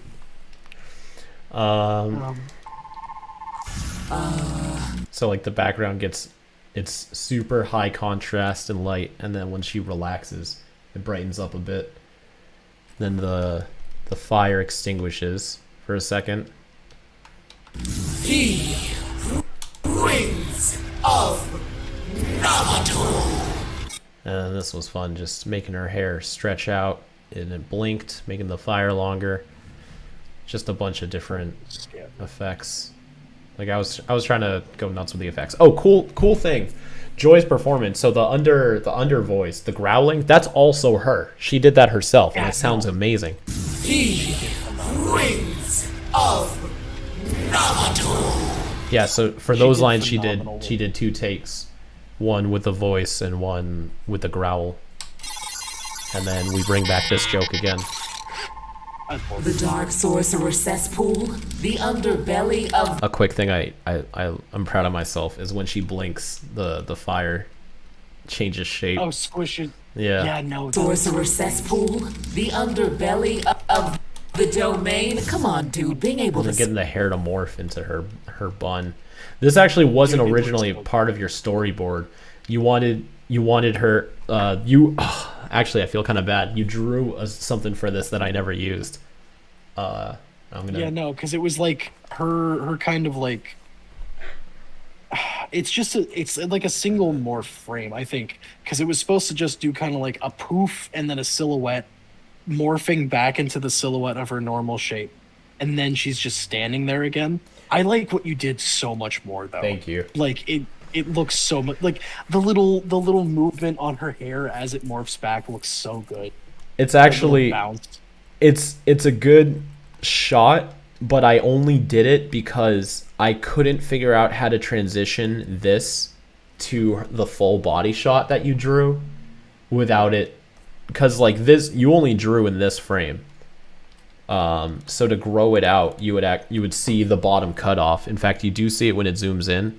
I just did it so fast you wouldn't notice, but when it starts zooming in here, you can see the cutoff. Oh yeah, that's true. And I couldn't do it slower, so I was just like, I'm just gonna leave it on this, and then just have her like half morph back to show like she was just putting on an act. So you shrink the hair, you twist it, blend it into the hair, give it some bounce. But it looks so good though. Thank you. It's just to avoid zooming out. Being able to scare the piss out of people is half the fun of living in this dump. And then I had to draw like the eyes looking different ways and stuff. You're kind of ruining this for me. Oh, well, apologies. There's nothing in my records or Miss Tennyson's map mentioning a Navato. But I am recording a log for an educational survey. Oh, real quick. Yep. Easter egg in the background right there. Yes. The For pot all of the greed. Yu-Gi-Oh fans, it's meant to be Pot of Greed. It is, again, just a visual, fun reference. It is not canonizing anything. Everybody, the pot of greed and the Shaolin Showdown, however you say it, those were the two things I kept seeing in the comments that people saw. Yeah. If you'd like to inform me. And the zoom out was nice. I was afraid of getting also, Horace's size wrong. What's up? A little detail. One, you can see the well where the Mystic Sinkhole connects to. Oh yeah, another angle of it. And then on the right-hand side of this shot, actually, another Shaolin Showdown, middle top thing, that's meant to be the Tongue of Saiping. To the left. Sorry. That? Yeah, that's the Tongue of Saiping. And then on the very far right-hand side of the shot, those are the same ovens that they have in the, what is it? In Pripo's Pyro Kiln or whatever, in the Kingdom of Anywhere, where they make charms. The emissary says they're the only ones in the realm that can make charms, but Cece is actually able to as well. They just don't really know. It's like under the table. Also, there's a whole doorway and staircase and stuff underneath Cece in this shot. That Oh got yeah, you can cut see it out in a different shot. Okay. Also, okay. one thing, I spent way too long trying to figure this out, and it was all for nothing. I wanted to get smoke coming out of her pipe, but because it would move around, so I found a couple of good smoke simulations.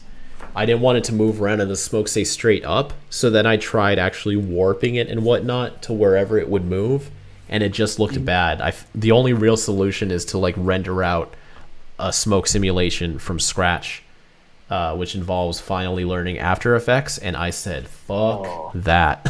I'm just... There's only smoke that comes out of her mouth. Her pipe's just not smoking, and just deal with it. Yo, speaking of smoke, Crystal says she figured out how to make the smoke pink. Yeah?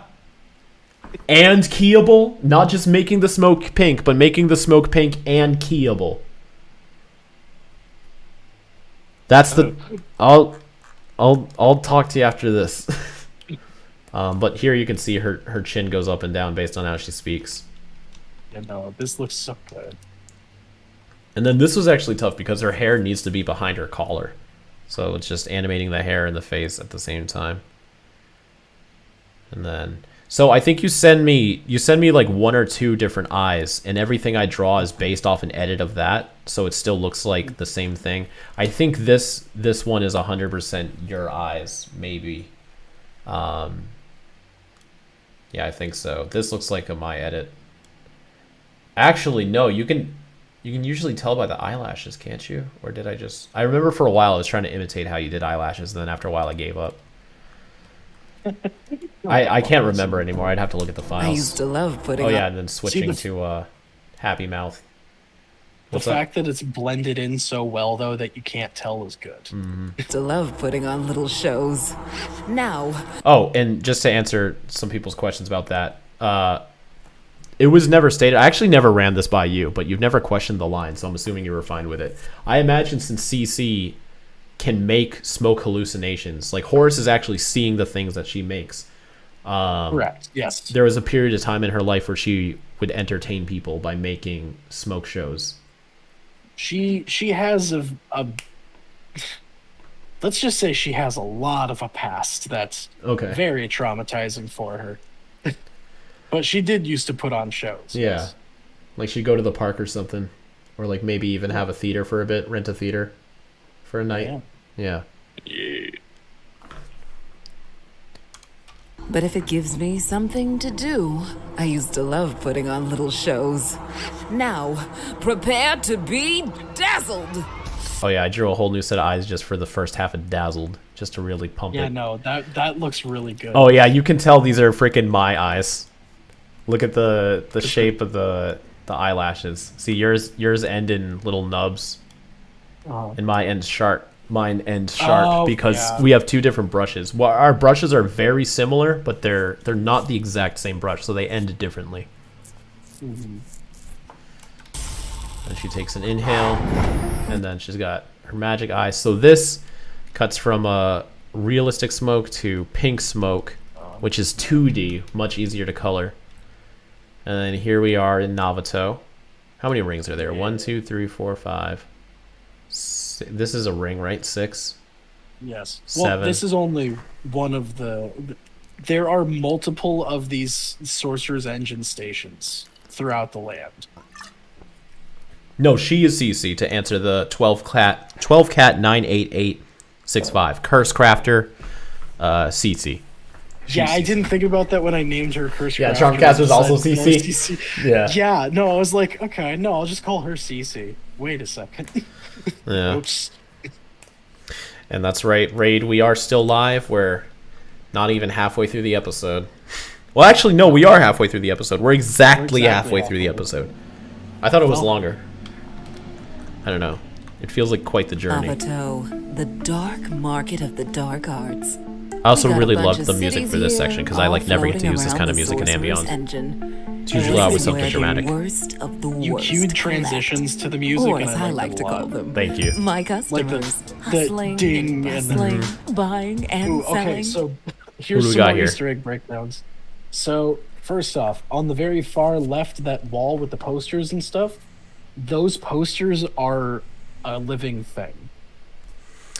Oh, It's based off of a D&D creature I forget the name of, but it's Eye, mouth. basically Hand. yeah, he's flipping them off. But he's meant to it's just like a thing that is 2D and lives amongst the stuff. Then you have a very shittily drawn Shrek. Next you have Bessie from Amphibia.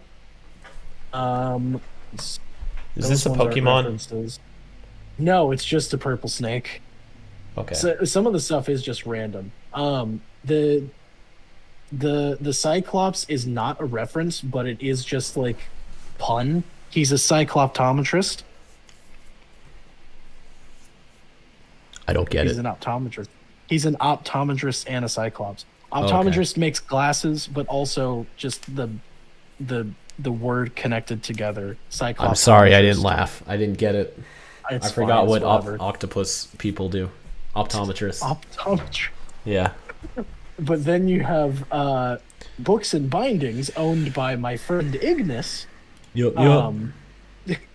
which in front of him is a very badly purple version of the Gab Gab Gabgala because he loves book.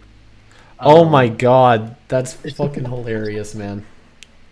Up in the top of that building, you have the demon Tom from Star vs. the Forces of Evil. Then you have a Floranen, just two hooded guys. You have Grimglyph tattoos, which they essentially, how charms have the names inscribed on them. These, with the dark magic stuff, they're inscribing the glyphs directly onto their body so they can use their own mana to cast the spell, even though they don't know how. But this is also part of why, with a lot of Grease in them, they end up having mana deficiency and burn themselves out. And that is a gremlin, by the way. That's the Grim and Grim. The gremlin. And these tattoos are the rings of Navato, right? Yes, he's getting the rings. Hex has very similar tattoos. But Hex's this isn't Hex arm- himself. No, this is just a guy. Also, so I saw in the comments, someone actually understood this reference and was so surprised you would. I was so shocked that they got it because it's such a like. Tell us about it. Okay, so Woo's Garden is a reference to a cartoon that was specifically on the Nicktoons network, not Nickelodeon, but like the 2000, I think it was 2003 to 2009. It was a secondary channel called Nicktoons Network, where it was like the shows that either didn't air on Nickelodeon anymore, but sometimes original. It's basically the Disney XD of Nickelodeon. And on there was a show called 3 Delivery, which was about 3 kids that would have to go around Chinatown collecting pages of an old magic cookbook where every recipe would cause some kind of like catastrophe every episode. I loved it, and when I was in middle school and was coming home from school, I would stay up until like almost 2 a.m. just to watch the like 2 episodes that they played of it. And Woo's Garden is like their main house and base of operations, and I really wanted to put it in the episode. It fits really nicely in this town, too. Dude, the fact that someone got it, I was like, I flipped out because I was like, no one knew about this show back in the day. Now they know. I They'll all I know about I Woos. still love that show. For Dude, people, paranormal. if you have a chance, go watch it. I don't know where you can, but go watch it. It's good. For paranormal Woo's progress. Garden. From curses to necromancy, this is your one-stop shop. So I hope you brought your wallet.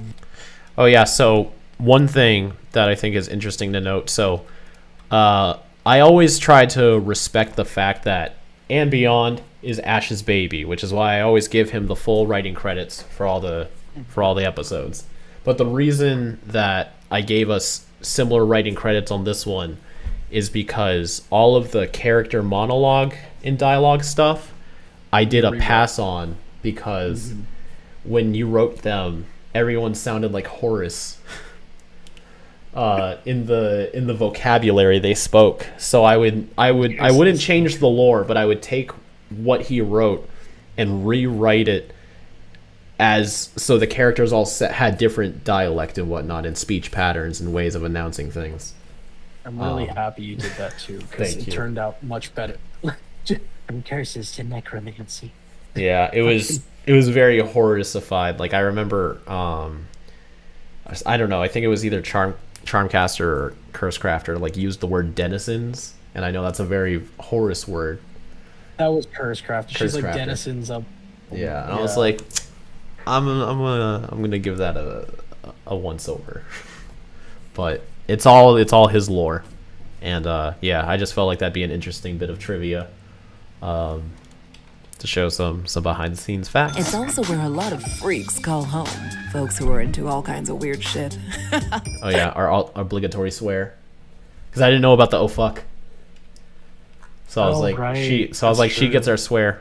But I mean, there could be multiple swears as long as it's not like distasteful. Like I feel like her saying into all kinds of weird shit is like, it just fits. It works with Cece's character a lot. Folks who are into all kinds of weird shit. They gather here for the Sorcerer's Engine. So that's just a transition that I downloaded. In fact, this should probably be pink. Oh, whoops. Fine. So this is it's kind of subtle, but the Sorcerer's Engine pulses pink, by Lord Almighty Ash's demands. Was that by Legend Demands? Yeah, yeah. Because in fact, it's two different stills. You made a pink variant and a regular to pulse between them. We've been working on this for over a year. A lot has happened. A lot has happened. That's fair. Dark magic. But yeah, you gave me a lot to work with too, like all these different layers and whatnot. It's hard to tell, but even these two mountains are on different layers. They very subtly shift over each other. But I love when things overlap as they can. Dark magic has a tendency of mangling the mana of the caster. So what's the Sorcerer's Engine again? Asks Vinoblade Bionicles. So we see the Sorcerer's Engine in Ultimate Alien. It's the machine that Charmcaster is using to absorb the mana of every living thing in the domain, to offer it up or whatever. The Sorcerer's Engine essentially is used to draw mana into itself, and then can be collected like you would power at a power station and stuff like that. What was it though? But it was created. The Sorcerer's Engine was created a long time ago by the people that turned against and killed Zoroaster because they didn't really know how to like pull mana themselves. They made a machine that could do it for them. That's also why all the people that live in Navato, most of them use magic tools rather than actually learning how to use the spells and stuff. Because if they have a machine that can do it instead, it's much easier for them. Would you say this is the exact same engine from the episode, or just the same kind? I know when I drew it, I designed it to be very similar because I thought it would be funny if everyone in the realm is gone because Adwaita took over and everything. He, of course, would go to Navato to attack the people that treated him like shit for hundreds of years. But then, like, because Adwaita's gone, Charmcaster goes over and just steals the engine and sets it up in the Kingdom of Anywhere. Is the inside of these rings, do people walk in those? or is it only the People platforms? can, yes. Okay. No, people can. They're like giant 'Cause, like, tunnels. yeah, because each of those on the platforms on each ring, each of those is a full city. So this is like gigantic of a thing. Yeah, it's like a state. If you zoom in, there actually is an additional ring around the base of it at the top that is a city as well. That's the big It's old got ring. buildings set up on the ring itself, yeah. Of the caster. Everyone thinks they're tough until the dark magic catches up with them. If they aren't smart, the magic burns right through them. And if they survive that, they end up looking like the bottom of my ashtray. That's a line that you rewrote that I like a lot better. Thank you. The looking like the bottom of my ashtray. Because the original line was just like, they end up burning themselves out and looking ugly as hell or something like Oh that. yeah, I was like, I don't want to use the word ugly. Yeah. I mean, they call Michael ugly, and it's like I know. the same type of thing. I know. But this is like a similar to those gross out shots from With SpongeBob, yeah. and Flapjack and Yeah, stuff that like era that where was they the would just intention. get up in there. So I was just fucking around with the transitions, and this looks the best in motion, but if you watch it frame by frame, it's like this weird sphere God. transition that splits it down. But in motion, it looks so good. It's just a quick whoop, but it's like a weird warp kind of thing. And then we come out of here, and actually this was a late addition, this little thing right here, because we didn't have anything for Horus to do or for CC to do before the things started flying in. So I was like, can you draw the rings of Navato like a cloud so that we could throw it in there and make it look like we're coming out of the vision that CC created for Horus? Oh, I the will engine say, and every time I rewatched the episode, I kept thinking that you drew this because this looks very Ben 10 Illustrated art style. I drew something coming up. You guys will see, but it's based off of this. and other tools were created to absorb mana to take the strain away from them. Amateurs.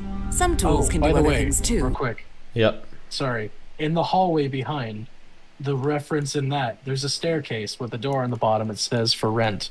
It's Harry Potter reference. Terry Potter. Because he lives in under the stairs. I don't know Terry Potter. He lived under the stairs with his uncle and his aunt or whatever. They hated him, remember? Harry Potter? Harry Potter. I thought you said Terry Potter. Who the hell is That's Harry what Potter? I'm saying. I'm like, who the fuck is Terry Potter?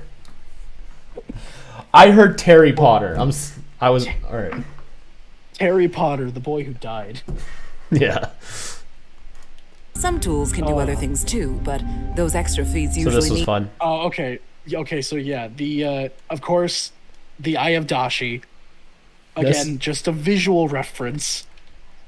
And then there's actually the next thing that flies in is a completed a modern version of the Dominus Librium, Yep. which is the item that Michael and Kevin went to a temple to steal that transfers mana and energy and everything. What's this staff? It's just a staff. It technically has a piece of a wither root embedded into it. It's used mainly like to use plant magic and stuff. Ooh, you get a really good look at the sinkhole exit in this shot. Oh yeah, because it's meant to look like a well is what I was going for. The handle up top is she grabs it, it can pull it down and shut it all the way Oh, okay. and like trap people. Yeah, in so that there. thing's Yeah, because technically people could break into her house that way. I did a whole design for it. For no reason. Everyone's joking about Terry Potter in the chat now. Listen to the things we say. Terry Potter. Harry Potter, the boy Terry who died. Potter. Crystal, I need a meme. Crystal. Crystal. Okay. usually need special glyphs and such branded on. What about this sword? Oh, and that is the key of Abon from Soul Eater. Casters that it is a already key, screwed not a up sword, their mana actually. use them to It's a key. It's a key. It's a key of Abon. It's meant to look like a sword. That's the joke. I like it. Thank you. So this is actually a different version that comes in. I warped it to have the perspective and then animated it from there. But this shot was your idea, and I liked it a lot. It was pretty ambitious, just having her arms all kind of float and stuff. She's like levitating. Refresh themselves, although they have to be careful. Booshing off the So that was fun. Get him to come up, and if you look, he quickly does the whoa thing again, the exclamation points. Oh shit! Yeah, and then he blinks and he's fine. ample supply can make them depend on it, leaving their constitution super weak. So I actually forgot to add the Horus hovering sound effect right here, but I think it works. It works because of narration. Yeah. Yeah, it would have been too much. Plus, if it gets worse, it stops helping them. They're left addicted to the stuff without any hope of healing. Oh my god, I did like freaking 10 different eyes for this one. Yeah, but you did Their forget future her children will right be shoulder. born. What's up? You did forget her right shoulder, though. No, I didn't. Yeah. No, I didn't. Oh, one subtle thing I added is when you come back from the illusion, there's always smoke at the top of her room now because she's probably been smoking a ton. So now her room is all smoky. Every like half sentence, she's like, Yeah, and then I made you gave me a pink variant of the outdoors, and I wasn't sure what to use it for, and I wanted to use it, so I put it out the window when she's telling her story, just to kind of like phase out the background. Which is also why you don't hear the outdoors anymore, like the random shopkeeping Future stuff. children will be born focus on. with mana deficiency and an endless hunger for more. It's a curse, really, that crafts them from their birth. So, Dark Source. Yeah, and then the epic reveal that this is technically Michael's origin. Dude, I was so excited when you said it was okay for me to do this, because I was like, I've always had this theory that with Michael, there's something to do with Ledger Domain, and Zombozo is in the same type of origin, and da da da da da. Like, I was so ecstatic when you said I could do it. It was a good theory. Yeah, pretty much all the lore was all Ash in this. So, Michael was his idea. CC, Caladrin, all of this. We weren't even sure what we were gonna do with this originally, but it's kind of like coming up with the characters and then building the story around the characters. I feel like that's what helped craft a narrative. I really like stories that are based more so in the characters itself, just because it feels more entertaining and it makes the characters feel more important to what is happening, relative to like if it's just like a full-on action series. Sometimes it doesn't really matter who's fighting as long as it looks cool. Oh my god, I gotta show them something. Well, Because I can. I'm gonna show them one of the edits I made you. edit. Oh, Oh, this is also an earlier edit, so you can see like he's looking. You didn't draw the castle yet, so he's just looking at nothing. Yeah. It's also missing a lot of sound effects. Some tools can do other things too, but those extra feats usually need special glyphs and such branded onto them. I think I added, Casters yeah, that only already the main screwed ones. up their mana use them to refresh themselves, although they have to be careful. Booshing off the ample supply can make them depend on it, leaving their constitution super weak. Plus, if it gets worse, it stops helping them. They're left addicted to the stuff without any hope of healing. Their future children will be born with mana deficiency and an endless hunger for more. It's a curse, really, that crafts them from their birth. I hate you so much. Dude, you sent me that. And I know. I didn't even say anything. No. That was the thing. You didn't say you were going to send me a preview or anything. You just sent the clip. And I watched it while I was at work. And you can ask my coworkers that were there that day. I threw my phone down on the table and just left the bakery. I was like, no. God fucking. Oh man, it's because for these things I usually animate Horus last, because he's so reactive to the environment. So I had a hole there, and I was like, "There's got to be something." I just threw in Crazy Frog. Oh god. Crazy frog jump scare.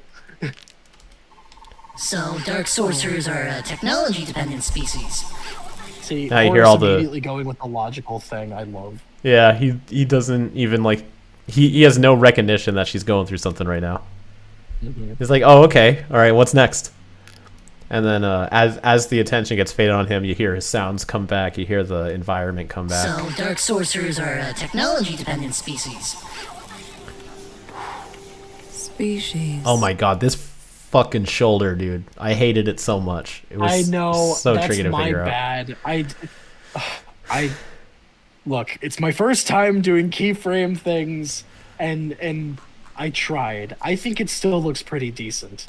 Yeah, it wasn't. It didn't come out terrible, but I did have to fix it. But it looks good now. It's because it's constantly shifting between being in front and behind her. Same with like Right. her hair and her head. Her head's on top, but her hair's behind. So yeah, all this. Brains to learn magic, but And then I just added a slow pan because I felt like we were on this shot too long, so I wanted there to be movement. not the smarts to make better life choices. They're pretty much one of us. My species is a Griezenim. This is what I drew Yep. because without it, what was it like? 14. Yeah, we were on the shot for almost a full minute, and I was just like, "There's got to be more things." So just throwing a little dancing My Griezenim. species is a Griezenim. My buddy Trek is part Panthephage. And for those that don't know, Panthephage is the big red species. Jarrett, Jarrett. who wanted to eat the Tiffin. That wrath. You know that this means war. Yeah, that's a Panthephage. Oh, that guy. Hell, we got a Yeti running the place, and before him was just a big turtle guy. Oh, you're referring to the Geoschlone area known as Adwaita, correct? Big shell and flame. Geoschlone. Okay. I always forget how to say their species, so I have to hear how Horace says it now. Oh, I didn't dare try to Geoschlone. say it. In every one of my videos, I try to get away from saying it. I'll say You say every Terrasman. species, but when we get to Terrasman, I just say Terrasman or Terrasman's people. I will not say fucking Geostroribonucleic No, turtle. Geoschlone. Geoshlone. It's not that simple. Geoshlone Is it area. really? It is. I looked it up. 'Cause Geoshlone it's area. literally it's like the scientific name for turtle. It's Geoschlone. Geoshlone area. All right. How do you spell Griezenim? I have it typed. Grizanim. Who is that Yeti? That's a great question. Anyway, we're continuing. What? What? What? What? What? Big shell and flaming head. Yup. That guy was a total douche. And she gets 2 stories. Story goes that Yes. one day he just I showed forgot up that I out put a of break nowhere, between her preaching how stories he originally. But I like how it turned out a lot. Oh yeah, I like it too. I think it helps with the pacing. Because too much of a monologue and it gets a bit dry. So that adds just some life back into the feature. It might be hard to tell with the panning out, but all these people are just walking by him and completely ignoring everything he's saying. Yes. I think I did Okay, another so- edit of this where I added in like the "Hey all you people, hey all you people" to this. What? I wish I would have seen that one. Damn it. Won't you listen to me? Yeah. What was it though? But something I wanted to say during this, but not in the one earlier. So with this bit, how you see he looks very happy and he's trying to preach about like finding true magic and da da da da whatever like that. That's because on the Geoschlone area homeland or homeworld, he is seen as like a deity. They found out magic their own way, and he figured out a way to open a rift, and he assumed that it was like going to take him to where magic comes from to meet the gods and da da da da da da da. Instead, he ended up in the equivalent of Magic New York and got treated like shit there for hundreds of years, which is what makes him so bitter and mean later on. And where he adopts his whole thing of like, all mana belongs to me, you're all thieves, because he learned in Navato, if you want something, you have to take it for yourself. Because if you don't, someone else is going to. He learned bad lessons there. I was just grooving to what you were saying. I was feeling it. Blah, blah, crazy old turtle crap.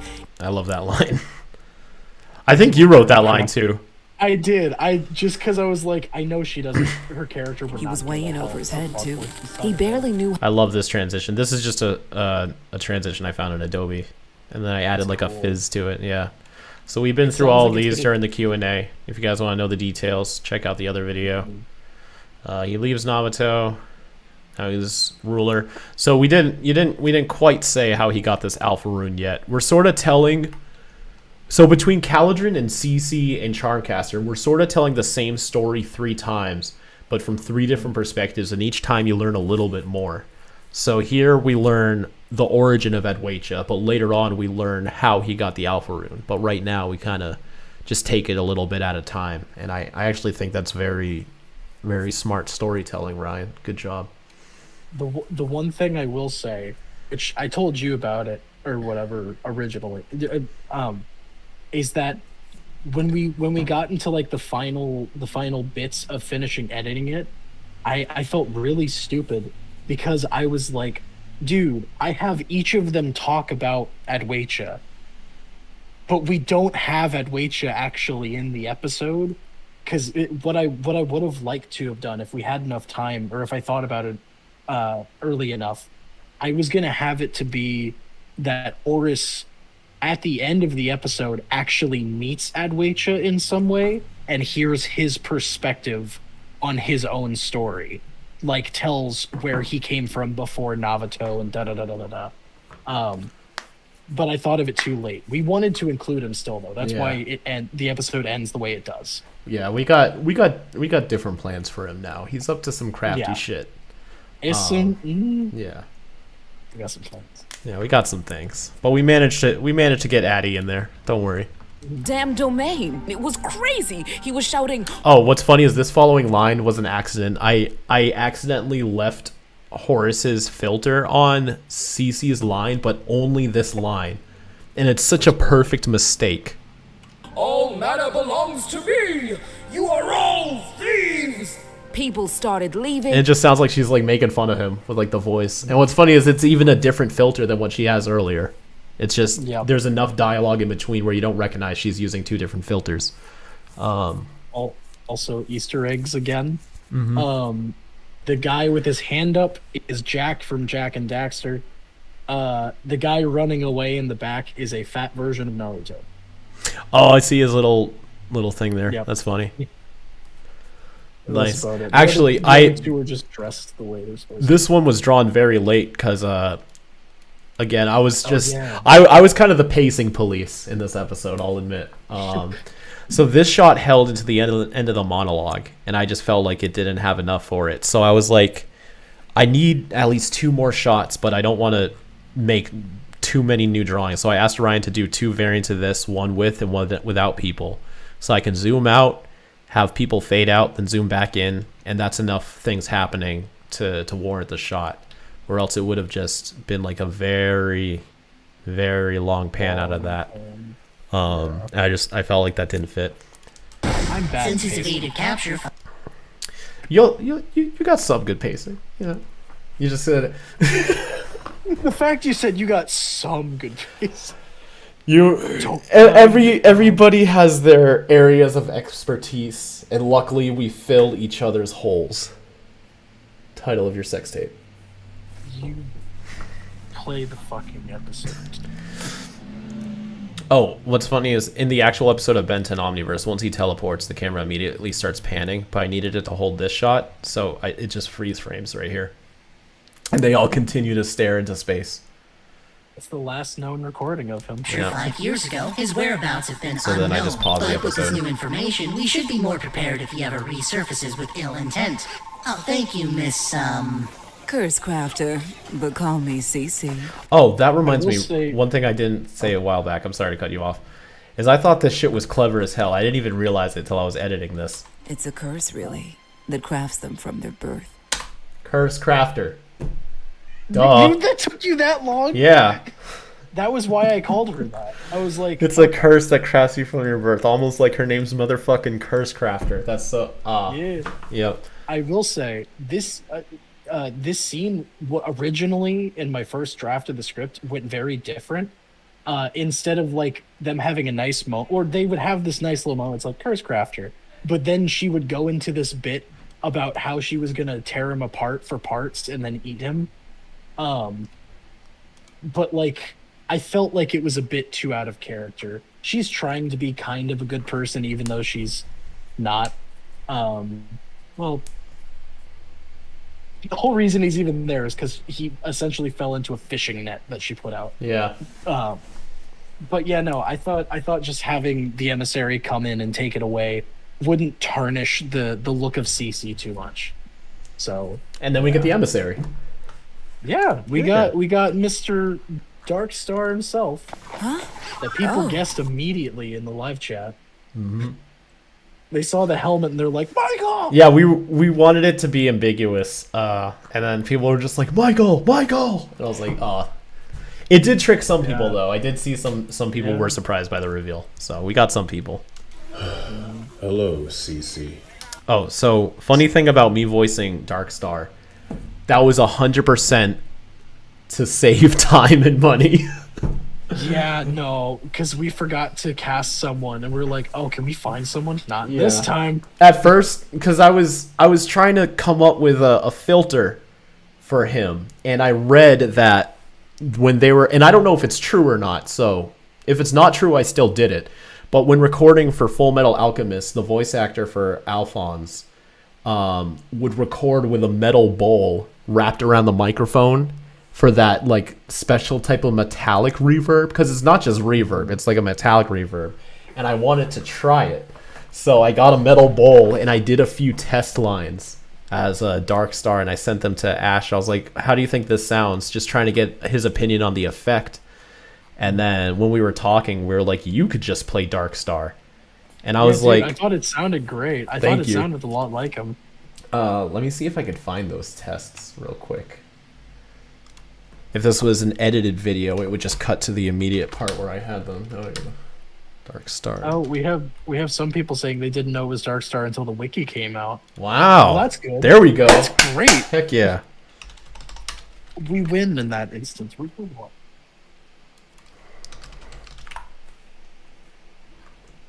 Holy shit.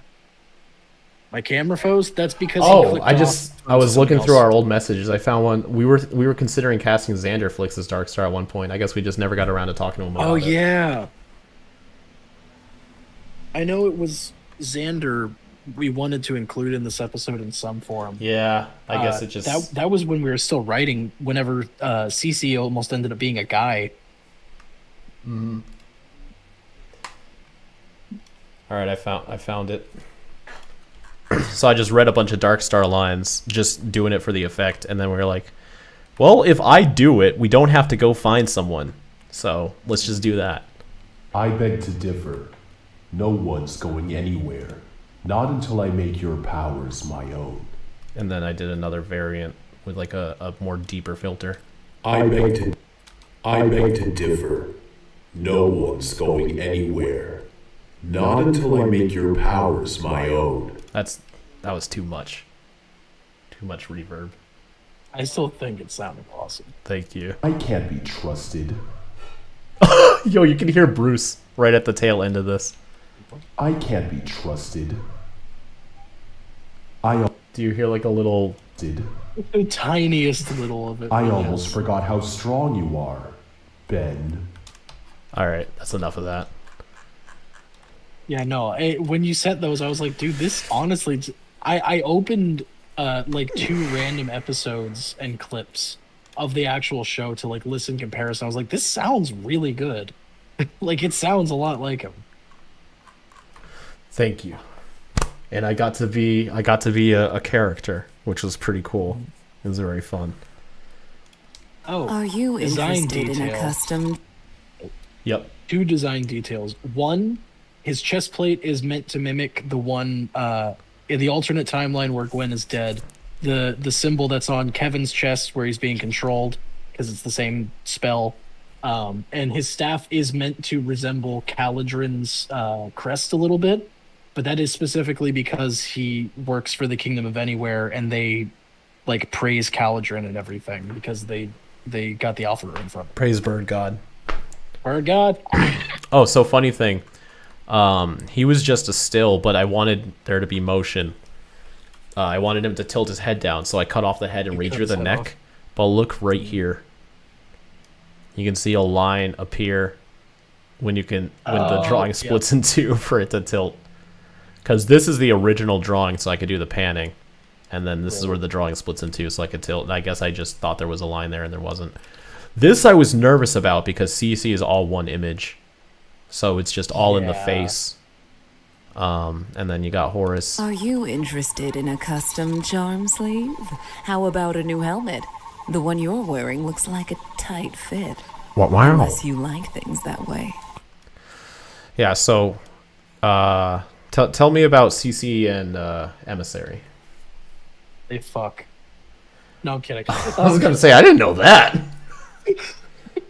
No, it's so the Charmcaster sends the Emissary out to do stuff all the time.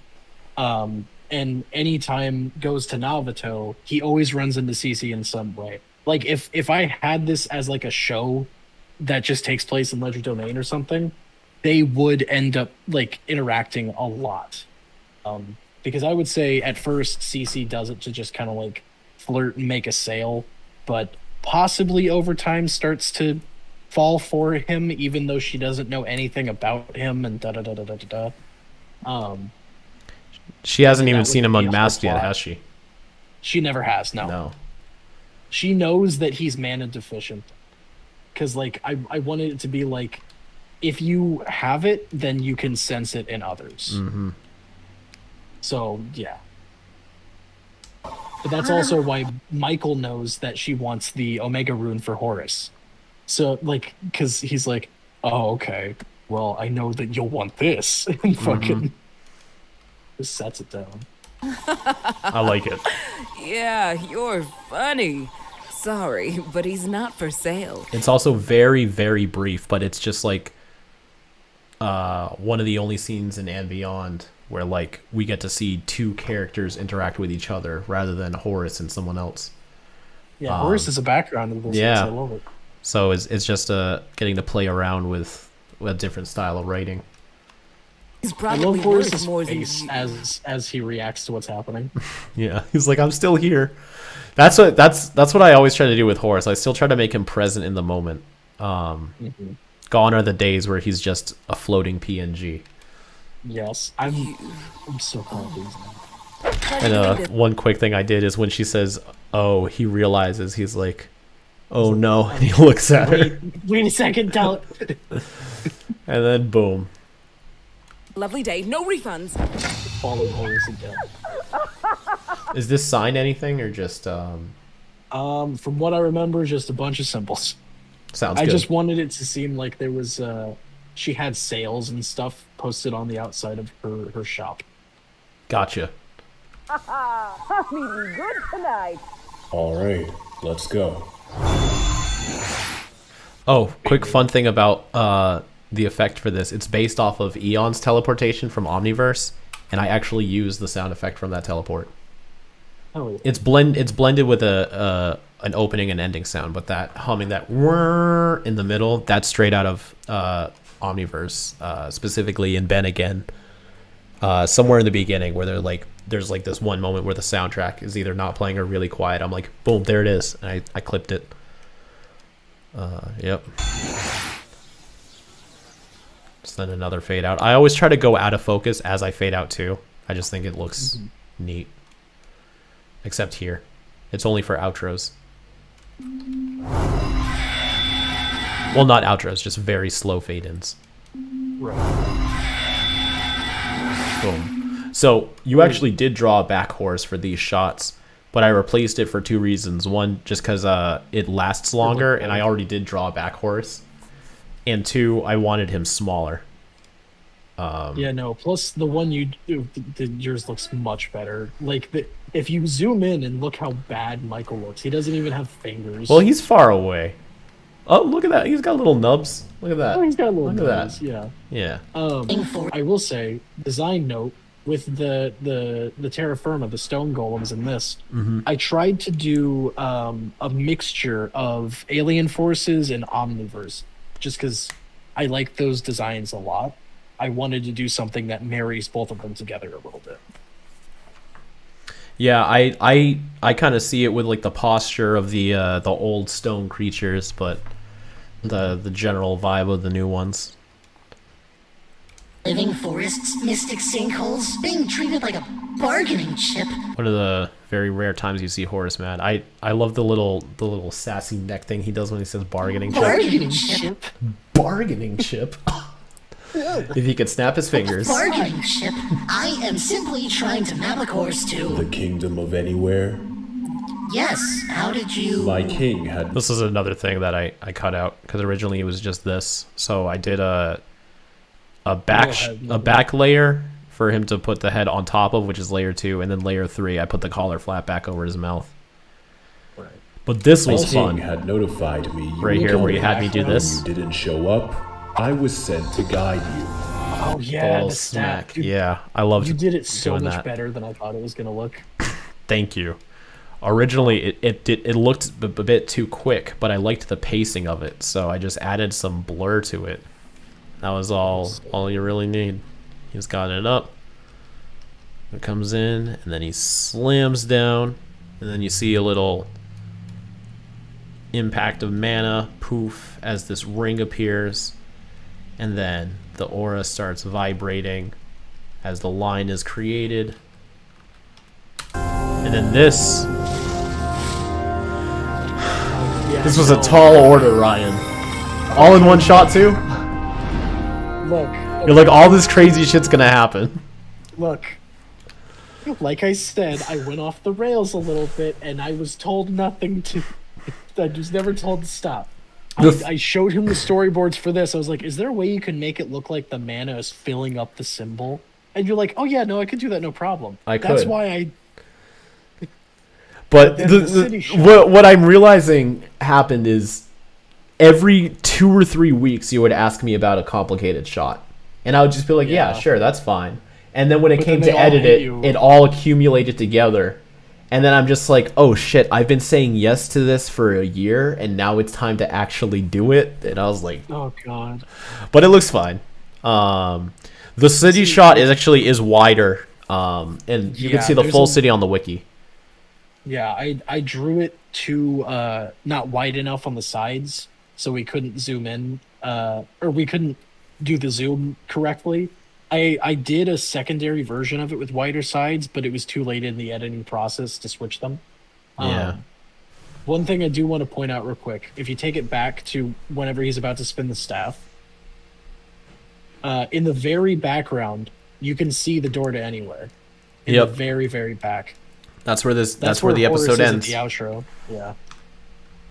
Continuity. So the way out has been here the whole time. But he's too focused on finding Charmcaster and the Kingdom of Anywhere. Yeah. So he fades in, grabs his staff, and goes.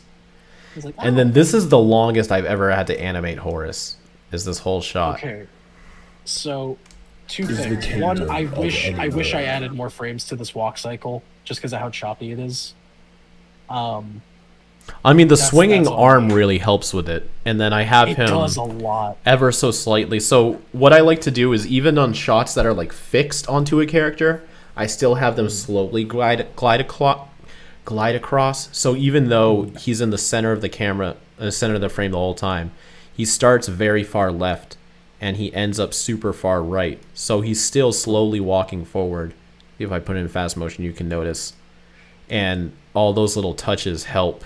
When doing it together, so it kind of works. It only really looks weird when you like stare at his feet. From an evil tyrant. Yeah, which I was. Don't stare at his feet. Look at Horus. He's flying around. Look at this thing. The Horus going back and forth all around him is really good. I love how it turned out. I tried to animate him like he's a little kid who's like going to Willy Wonka's world for the first time or something. What's that? Yeah, like.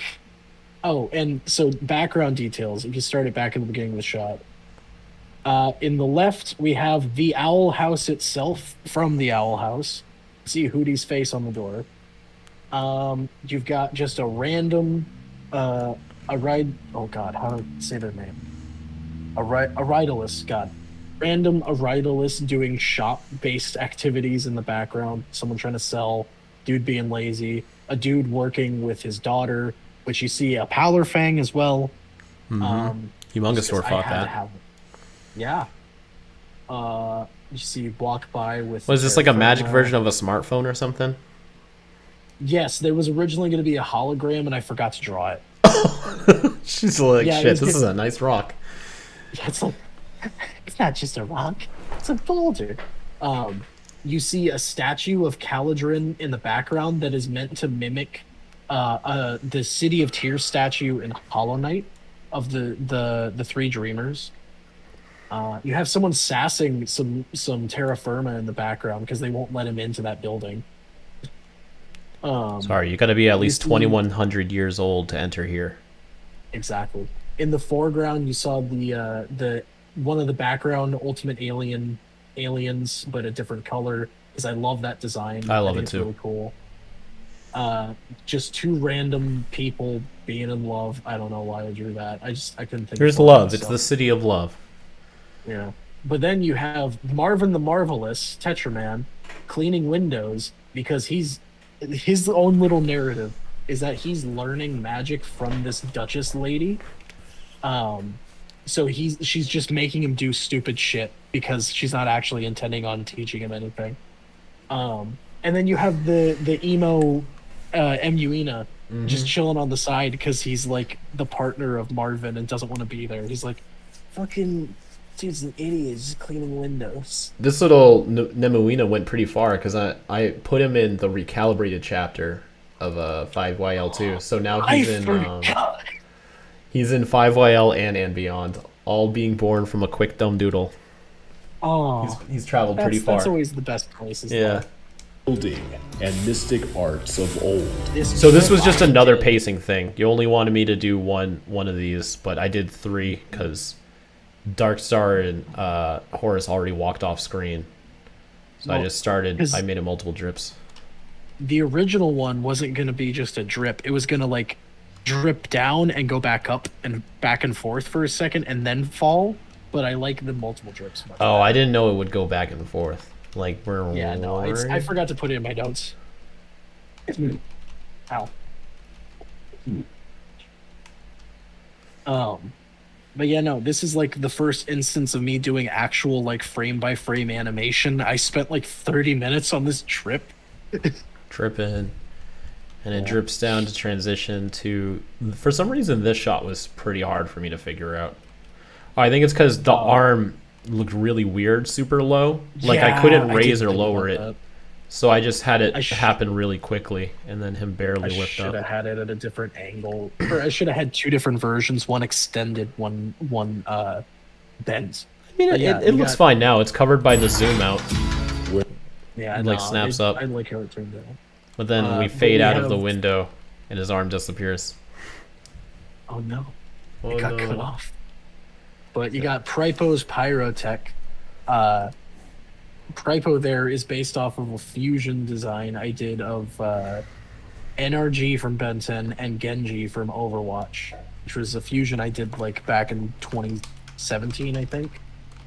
But yeah. This walking shot came out really good. Oh yeah, no, I with like the swaying arm. A lot. Such as the. Yeah, but see, if you compare him to Darkstar, this is how I pretty much picture the size of Horus, typically. That makes sense. The Zell like you have here? I wanted him to knock on it, like Charmin Zell you have here, and I couldn't get the keyframing right, and I was just like, man, fuck this, I don't even care. So he just kind of gently touches it. What I have is a rune. What's the difference? Runes are used to store mana, like a magical battery. They can be used for anything.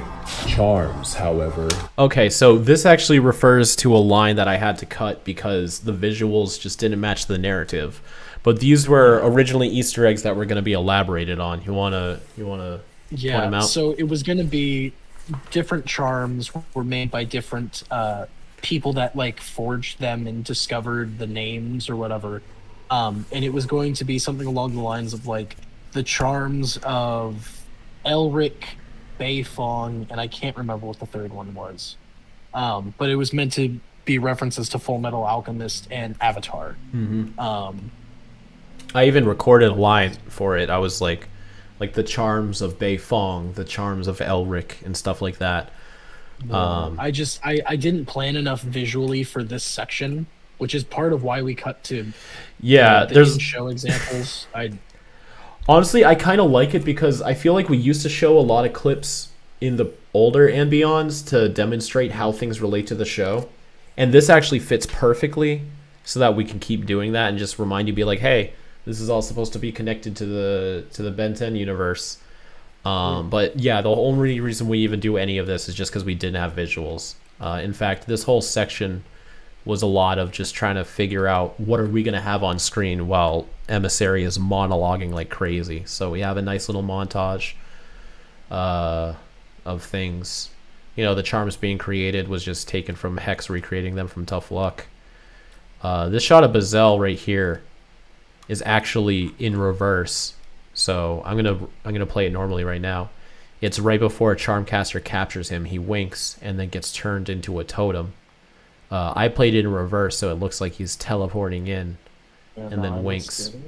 So The first charms came from Bazel. So yeah, just more stuff. Then they make it to the elevator. Darkstar's nice little feats.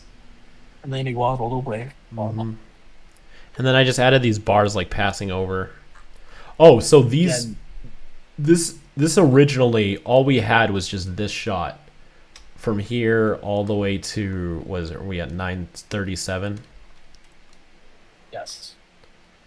To 2027. Oh. 1937. So we had almost a minute of just him in the elevator. So I was just coming up with random shit to make it more interesting. So I drew all of these myself, trying to make it look like your art. So what these are is it's just a random skull, just a skull. Xana's eye from Code Lyoko, a body rune from RuneScape, the ceiling sign from Naruto, the one that he has on his stomach, and an ooh part from Phantom Hollow. If any of y'all know about that, I got a video on it. Then he shrinks it down. Compared to the King's Stone, the And then, ooh, did you catch that? Looks like zs'skayr is interested in this little rune here. zs'skayr's like, Oh, wait, what was that? Sorry. the Alpha Rune. The Alpha rune. And then we got this nice little POV shot. Again, just to break up the visuals. So Ash drew this lovely image of Five Whale Agrigor, who's drawn like a Five Whale Osmosian with all the texturings and stuff. Trying to make him a lot more Amalgam Man. Yeah, like Amalgam Man. Oh, which I actually the text on there, I gave him like actual like if you zoom into it, his offenses are sacrificial summoning 5 counts and celestial endangerment. Celestial endangerment. That's a tough sentence, man. I don't think people can get out of that one. Nah, dude, he's gonna be in prison forever. And then his prisoner the other number is meant to be oh god, I want to say it was his premiere episode, but I can't remember now. Oh no. Well, he's got a similar thing. Oh, you're talking about the number itself. Yeah, because it was like, I think it was I can't remember what it is now. I know it references something though, and I feel stupid. Damn. We'll figure it out. And then so right here was actually a bit of a doozy. Destroyed by Lieutenant Hobble Grovel on Anner Transil. Isn't there? So when I rewatched the episode, it turns out that I forgot. I think it's actually Rook who destroyed the stone, not Charmcaster, or at least he got the final hit. But we had it so that Hobble changed the plumber record, so he got all the credit for it. But then there was a line where he said it happened 6 years ago, but Which was a typo on my part that I didn't realize while recording. I didn't realize till way late into the edit either.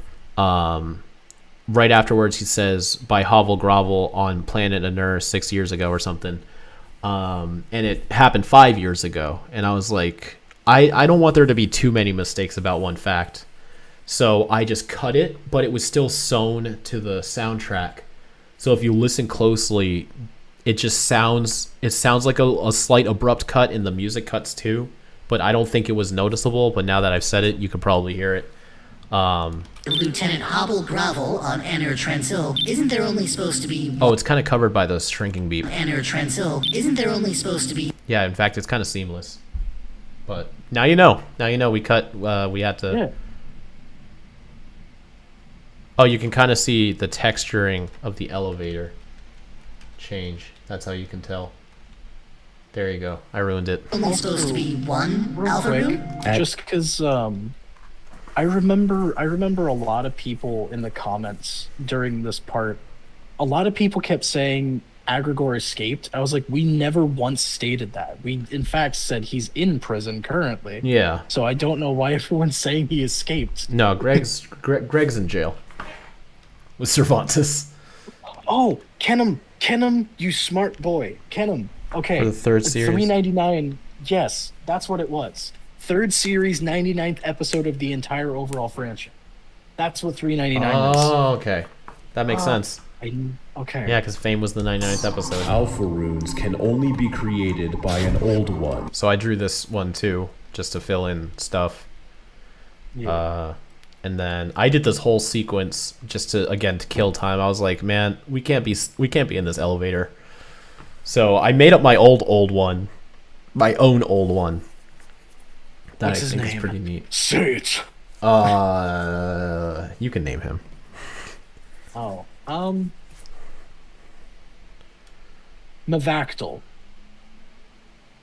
Okay. His name is Mavactyl. Guardian of the Sand.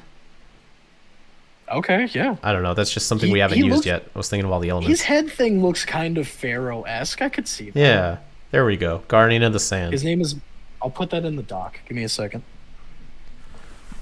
His name means nothing. I just made it up. The abilities of a guardian. It is said that... And this is the same circle animation from the intro. Actually, I downloaded this circle animation for this scene, and then I stuck it into the intro because I liked it so much. And then here's a shot of Charmcaster and Caladrin. Again, just trying to waste more visual time during the monologue.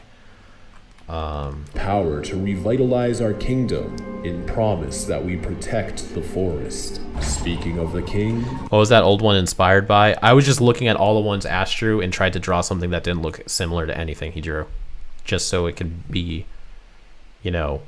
another one. Like, I don't want, like, 2 tree people or 2 bird people. I was like, what didn't he do yet? And you did a lot of very diverse stuff, so I was running out of... Yeah, because I was trying to think of multiple... Like, I was running out of features. I was like, well, he hasn't done, like, some freaking bug thing yet, so... Dude, that was my exact thought while designing all of them. I was like, fuck, I need to have, like... I want there to be a bunch of gods. Let's just make body shapes. I know, what was it? Illumorpho, the little... You can only see Illumorpho in the shot where they're all walking out of, like, the Dome of Light. He's like that little guy with the brick head.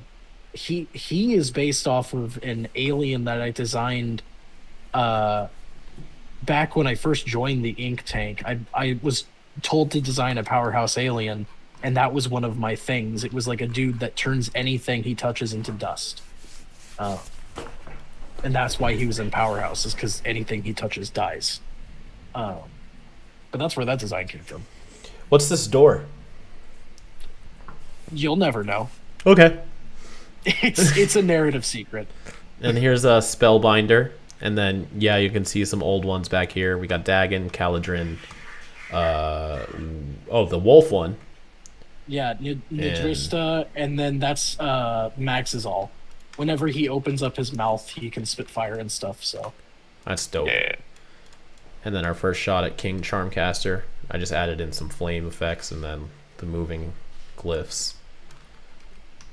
It looks much better like that. It's just a solid room. And then her. My king. A lot of extra reverb. So these eyes you did. Yes. And I really liked them. And then from that point forward, I did all the other eyes.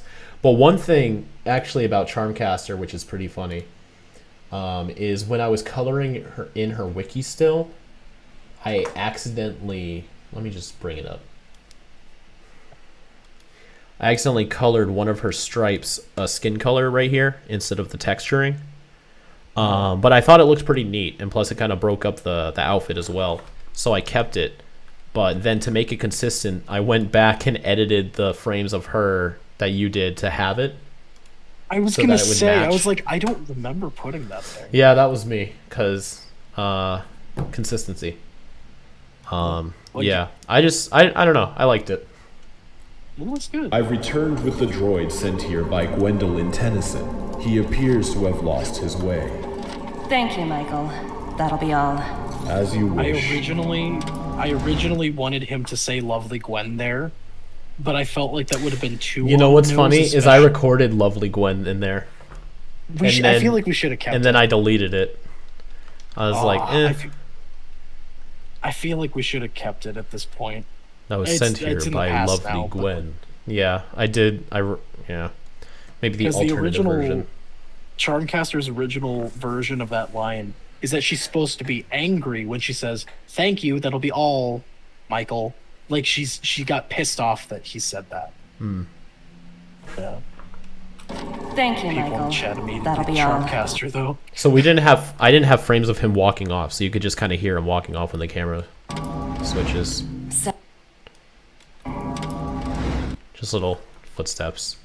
Little stuff. And then, so the light fading to bright looks pretty good, but because it was just a dark frame to a light frame, you could see the hands fade between the frames too, but it's distracted with the moving things, so. Yeah, I didn't even notice. Yeah. I'm showing all my secrets right now. And then yeah, I drew all the eyes and mouths for this with the chin, just to amp up the thing. And then That's correct. just to give this shot more life, you can see some light flickering to his right. Yeah, That's no, actually, I love that touch they put in them. thank you. It's this fire texture down here, but blurred like 800%. And then just shoved to the right with a Boy, lower renders takes opacity. so long. That's correct. I am the R300 Orion IT Systems Model V522. And then Charmcaster. So yeah, I cut her head off so that it can turn. You've been doing more than that, haven't you? I can read your radio signals. You've been Sam's recording performance and as broadcasting Charmcaster everything is so you've good. seen. It sounds just like her. Apologies if I've invaded any. We really lucked out with her. We got hundreds of auditions. Like we were listening for about 4 hours or so before we got to Sam. She was actually one of the last people we heard. And yeah, she was good. And then we narrowed each person down to like 4 or 5 people. Then thought about it for about a couple days, and then finally settled on Sam joining the crew. I expected Charmcaster to cut him off when Horace was saying his full name. Nah, that's info. The king needs to know. Yeah. Yeah. She learned. Well, apologies if I've invaded any privacy. Don't be. This is the perfect opportunity to clear things up. I like the way that we have this scene written too, because it writes her very threatening and evil at the start, so people don't really know, like, did she get redeemed or is she still evil or whatnot, and then tone shift and she's fine. She's actually This is really the cool perfect now. opportunity to clear things up. I'm sure you've known that my uncle and I haven't had the best reputation back on Earth, but things are different now that I've become king. Shouldn't that be Queen of Ledger Domain? There's a reason your realm is so far behind.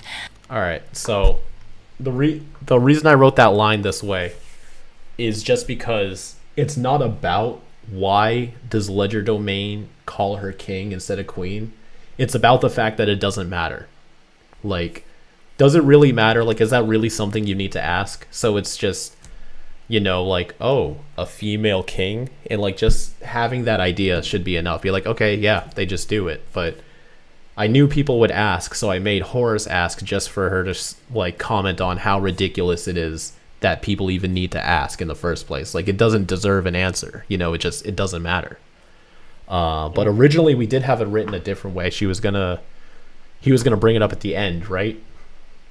He was gonna bring it up at the very end, and that's whenever she threatens to turn him into a totem. Oh yeah, is how yeah. it originally worked. And I wanted to separate those lines because I didn't want her to get angry at the fact that she was called. He might have called her a queen instead of king, because I felt like that just, you know, portrays typical like angry female ruler or something.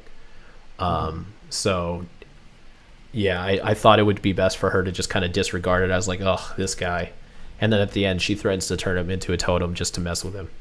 So it makes her a little bit more playful and just kind of over the whole idea of the fact that it should be weird. Let me tell you the story of my father, Spellbinder. Long ago, my father... Who is that?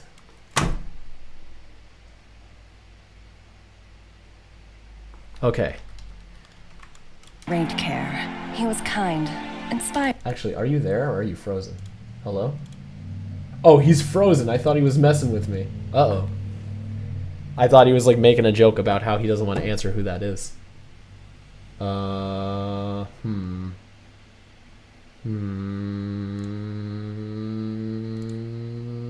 not good. That is, that's not good. Hold on 1 second, folks. I'm still here. Don't worry, I won't abandon y'all.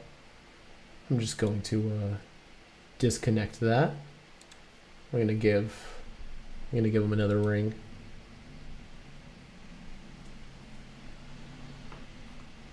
Ryan. Ooh. Hello? Can you hear me now? I can hear you now, yeah. Okay, I don't know what the hell happened. Everything just like blinked out on the call. It's all good. It's funny because I asked you about Charmcaster's mom, and then I was like, who's this? And you were frozen, so I thought you were just like mocking me. God damn it. Well, the irony in the fact yeah. that she just disappeared anyway, so. Can you share your camera again, sir? Oh, sorry. No problemo. Alright, now let me make sure all of that is good. Baba boo. Uh-oh. Uh-oh. Okay, there we go. Spaghetti. That's what's up. Yep. Very, very minor setback. Okay. Apologies, people. You're Gucci. Alright. I think my internet sneezed. So here he is, was small, wandering through the and forest. his people began to struggle. Looking for some of that din-din. He found Callie. And was Oh, like, buddy. rock, rock. And he was like, squawk. And then they became friends. He was like, take this rock. He was like, yeah, rock on. I like how you did an alt for him to look down at Charmcaster. Yeah. That's nice. Which, and then, yep. again, I love the Charmcaster design from Reboot, so I had to use it in some way. It's too good. I like it. It's good stuff. Cute. Yeah. Adwaita. Addie shows up. Oh, you know what? The background kind of changes too. No horse statue. Horse statue. That's the real villain. Oh, it's just her shifting over. Never mind. And then this, I love this shot of Hex and Spellbinder. Okay. So real quick, a bit of a thing with this image, and then through the whole rest of her story, I had to redraw 3 times, all of them, because I did them all, and then I uploaded them to Drive, and they got corrupted, and it corrupted the original files on my computer too. I did them again, uploaded them again, and then while I was on vacation, Rob was like, hey, where are the things for this? I don't see them anywhere. And I was like, what the hell? I looked at as soon as I got home, and the files were just missing from Drive. I looked at my computer, and the files were just missing from my computer. Mm-hmm. So I redrew them again. Yeah, so everything from this shot till the end of the sequence was drawn a week before the episode as I was editing the scene, and I just edited around it. And I drew them all in 5 hours. So, like, if any of them are kind of looking, that's why. Can you post in the chat how to spell Charmcaster and Spellbinder's species name? Of course. You got green. There we go. I can't spell. Give me a second. Greasonyms and what? And Aridulus. There we go. Well, he's taken a ride to this dull turtle. Yeah, man, look at that turtle. He's very dying. So this kind of picks up after Cece's story, in between when Adwecha left Navato because he was broke and everyone hated him. He had nowhere to go. He never found anywhere to go, so he was just dying out in the desert. Spellbinder finds him, heals him. Are these references to anything or just little potions and stuff? The pufferfish and the lizard are references to Jackie Chan Adventures. Gotcha. Just because the uncle would constantly use those to like cast spells. I love it. Then Adwecha's crown. Here he comes. This is the same room that you see Michael asleep in whenever Charmcaster takes him in. Yeah, this is from Ultimate Alien. Little authenticity there. There he's slurping Spellbinder's nips. Slurping the boy. Mm-hmm. Drawing the characters getting like drained. Honestly, they turned out so much better in this than I like. The guy, when we used an example of him like getting mana deficiency in CC's part, this and then him again in another shot in a little bit, like drawing the dying people look so much better in this than I thought they were going to. I like it. And you can see his head turning purple to precurse his flaming head look that he has in Ultimate Alien and Omniverse. And then these are people just traveling to different dimensions through multiple ways. And then, the binding spell is put on the realm. And here's the resistance, little sad Hope and her dad, protected by Uncle Hex with his Rings of Navato tattoos. Which I forgot to draw in the last frame, by the way. Oh. It's fine. It's implied he has the tattoos as a connection to the rings. That's why in the original series he only has one ring on each shoulder, is because he's lost most of his connection to the rest. The background there is actually the same. The symbols are meant to be the same 3 base symbols from Divinity's time lock spell. Ooh, in chapter. I recognize it now. Yeah, chapter 9. Chapter 9. Thank you. I see it. I just tried to make them as like a big thing going across the entire thing. And if you notice, the resistance that they were trying to protect are all singed into nothingness on the ground around Adwecha. Yes. They failed. They're gone. Bye. So long. Bye now. Goodbye. I really wanted to add the freaking Lego building sound effect from the video games for this, but I was like, nah. That would have been so funny. It would have, but it would have ruined the scene, I feel like. Mana, creating a gate so I added like some brick crumbling sound effects. It broke through Adwecha's. But I really wanted to add like a master builder sound effect for this gate right here. Yeah. This is my reasoning for why the gate has always looked like a like a broken building, is because like he used a broken building to build the base of it.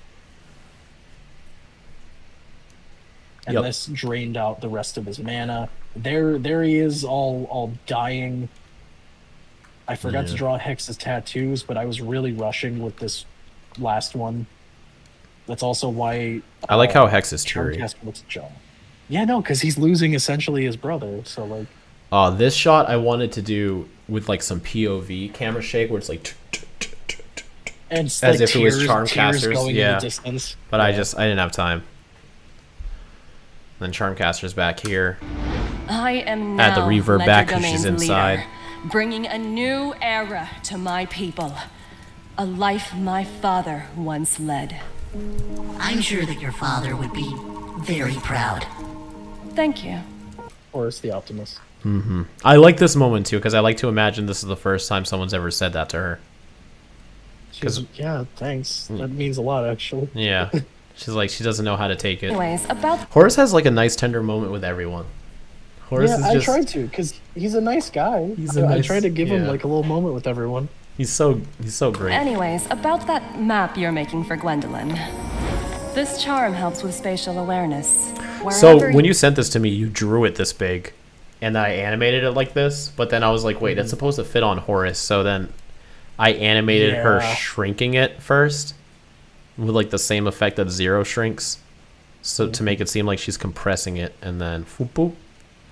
Yep. This was so fun to do. I like it. Just to see it smack. Actually, I did a version where it smacked on the side of his eye, and then we moved it to his ear. You know. Just make sure you're using the correct name when you return to the door. Now, I have other matters to attend to. You should be on your way, unless you want to be turned into a totem. Oh, this reminds me of a random error that I never fixed. That's all the way at the beginning that I'm going to shout out just because I remembered now. Okay.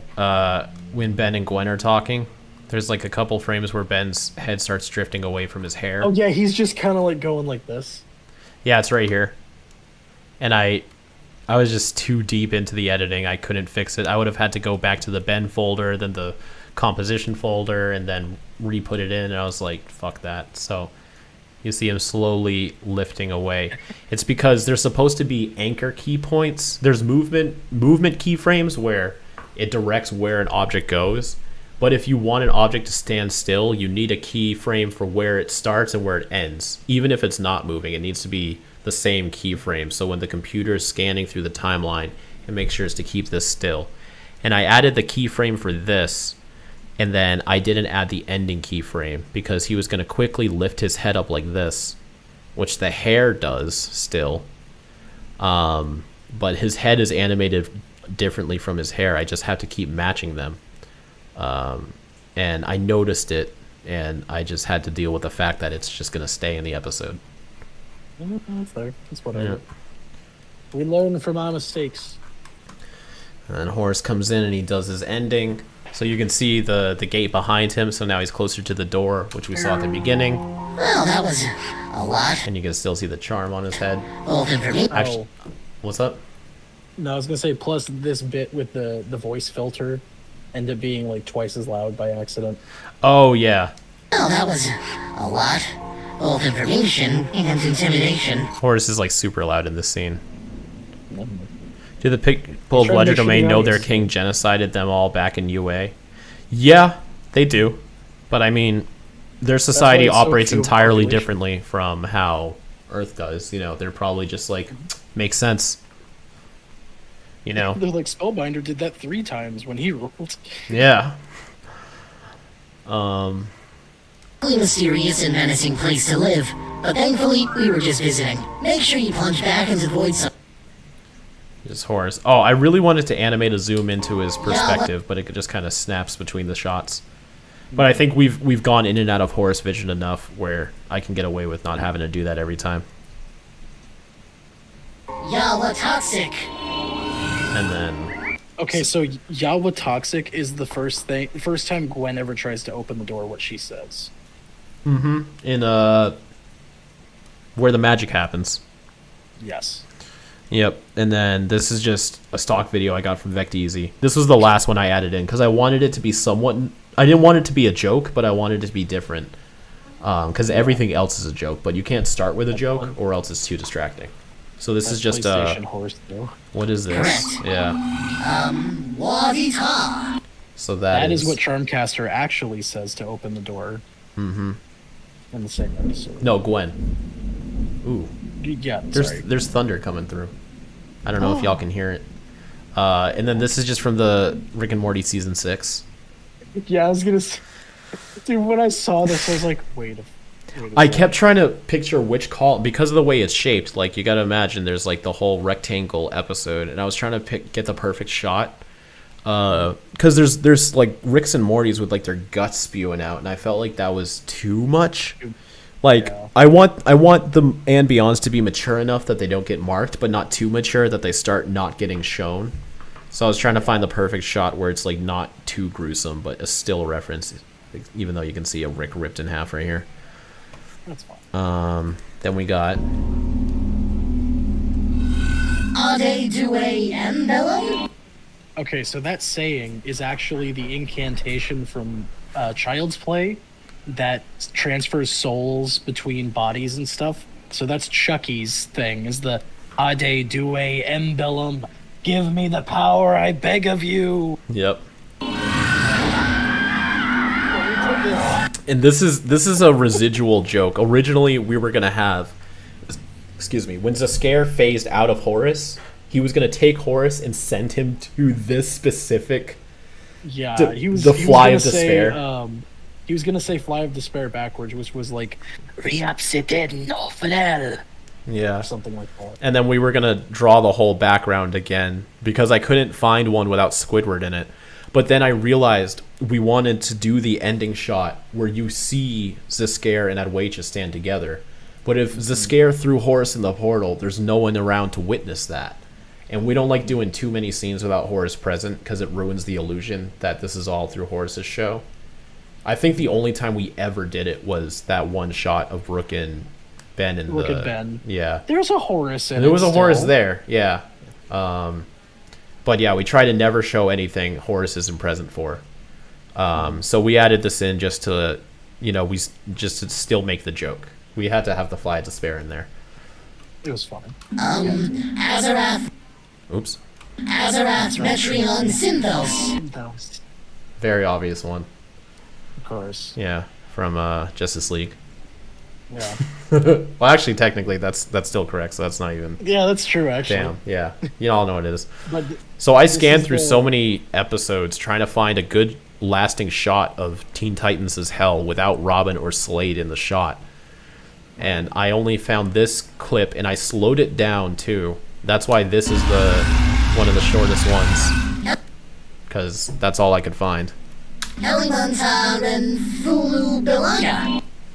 So that's a thing from Marvel. I think that is just a spell that Doctor Strange used to imprison some bad guy that I can't remember the name of in some other dimension.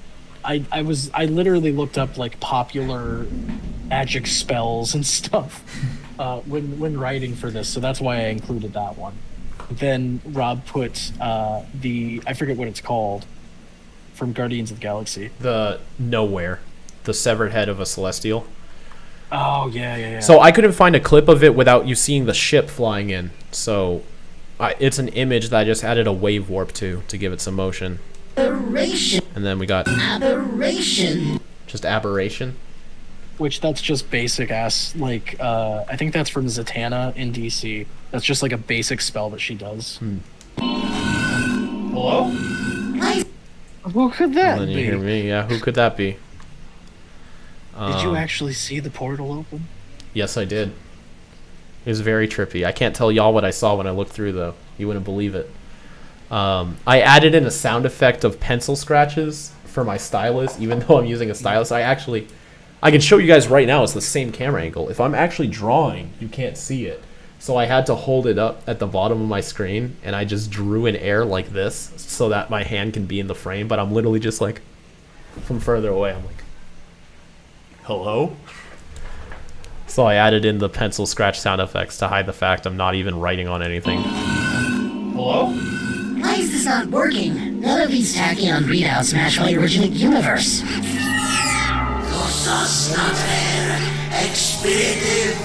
How did we get to that? That one? You gave me that one. That's just Ghost Freak in Latin. Oh, yeah. It's I was just like, the keep it word simple. Ghost Freak, but in Latin. Yep. Yeah. And I like how it gets darker and does the dolly pull. Mm-hmm. And then we get a slow pan in. And then who could it be? So actually, from this point forward, because Ash had to use his time redrawing the Charmcaster sequence, he didn't have time to do the ending sequence. It would have been too much. So I actually drew all the zs'skayr and Adwaita's here. And I tried to draw it in the and Beyond style, but then I realized Horus isn't even close to the and Beyond style, and he's there all the time, and neither are Ben and Gwen. So we mix styles all the time. It actually doesn't matter. But I still tried to draw with that intention. So I drew all of these frames here. Adwecha comes in, and then the light readjusts. You know, the fire is always digital. I really wanted to do the shot where he's a silhouette, and then the doors close, and you see his detail. The ruler returns to his realm. I love this bit. Of him coming out. Bit of Horus. No, of Horus. zs'skayr talking through Yeah. Horus. Oh, we had to have zs'skayr actually speak through Horus a couple of times. Just look at him. Look at this devilish little Look at guy. that angry little boy. Look at him. The ruler returns to his realm. Because I know people were saying something about it in the live chat of it. They're like, the voice sounds a little bit off. Is Ash trying to change zs'skayr's voice? I wasn't. I recorded those zs'skayr lines at like 7 in the morning. I had just woken up, so my voice was like stuck lower than it normally is. That was me trying to talk really high pitched, but I couldn't. You want to know something funny? I wasn't sure if you'd be able to get me the zs'skayr lines, so I recorded them myself, and I tried to sound like your version, and I had a backup Horus recording that I did, just in case. Yeah, so this is me imitating you, imitating zs'skayr. Oh, and the original line was "Welcome home, Adwecha." He ad-libbed the line, "The ruler returns to his realm," so that's why I don't say that. Lucius Nate experiment. Welcome home, Adwecha. Now, as for your end of the bargain. That's not terrible. Thank you. I like that. I felt like if there's enough music going, you couldn't tell that it wasn't you doing it. But I had that there just in case you couldn't get me the lines, but thankfully you came through. If anyone complains that it doesn't sound that much like my original one, just tell them I'm trying to do the Alien Horse era one now. Yeah, the Jeff Bennett one. Sounds kind of like it. Yeah. The ruler returns to his realm. I did so many versions of this effect, and I was never happy with it. But, you know, crunch time. It was just, it's all right. Yeah. Horus coming out, and then. Isn't that right? Adwecha. And then he was fun to do. I had his tail wobble and just to make him all wobbly bobbly. And then also, did it cut a little section off of this bit? Because it seems like it cuts really, really quickly. Like if you play it from Adwecha. No, I probably should have just held this shot longer. Yeah. Just because it seems a little bit like it gets cut really quickly. It's hard to see them standing there before he gets slapped. Yeah. I could have held this shot a little bit longer. Plus, Horus floated up behind them. Yeah. Yeah, you know what? I could have animated a Horus floating up, and then. Yeah, it's pretty abrupt. Crunch. Yeah, I finished this scene, I think, literally like the day before this came out. Yes. No, because we had it all uploaded 2 days before so that people could set notifications. I think it was like that morning. I was just like, it's done, let's go. But yeah, zs'skayr turns around, smacks him. Bitch slap. And then I really like how this came out of him tumbling backwards, and then we get this nice upside down shot. So I'm still gonna keep this low key, but I'm sure y'all might be able to figure it out because you're smart. This is a skull of something, so you know, have fun figuring that out. Yeah. Ruler returns to this realm, fade out, end transmission. Fight. You could just justify it with zs'skayr getting him out of the way as soon as possible instead of waiting like most villains do. Yeah, zs'skayr don't waste no time. He's learned from his mistakes. I know what the skull is because I was the one who guessed it. Did you already guess it? I'm sorry if I forgot. What? She's saying she suggested it. Oh, suggested. You can tell where my head's at. You're good. We've been streaming this for like... Oh my god. 3 hours? Yeah. I'm not it's a editing very- this. I'm sorry. If we make this public, it's going up as is. Fuck that. I'm sorry. Thank you very much for watching. If we do this again in the future, again, it's going to be Patreon exclusive at first, so consider joining so you'll be one of the first people to see this, along with having the chance to talk to us in the chat during the stream. I hope you all have a fantastic rest of your weekend, and as always, keep it fizzy.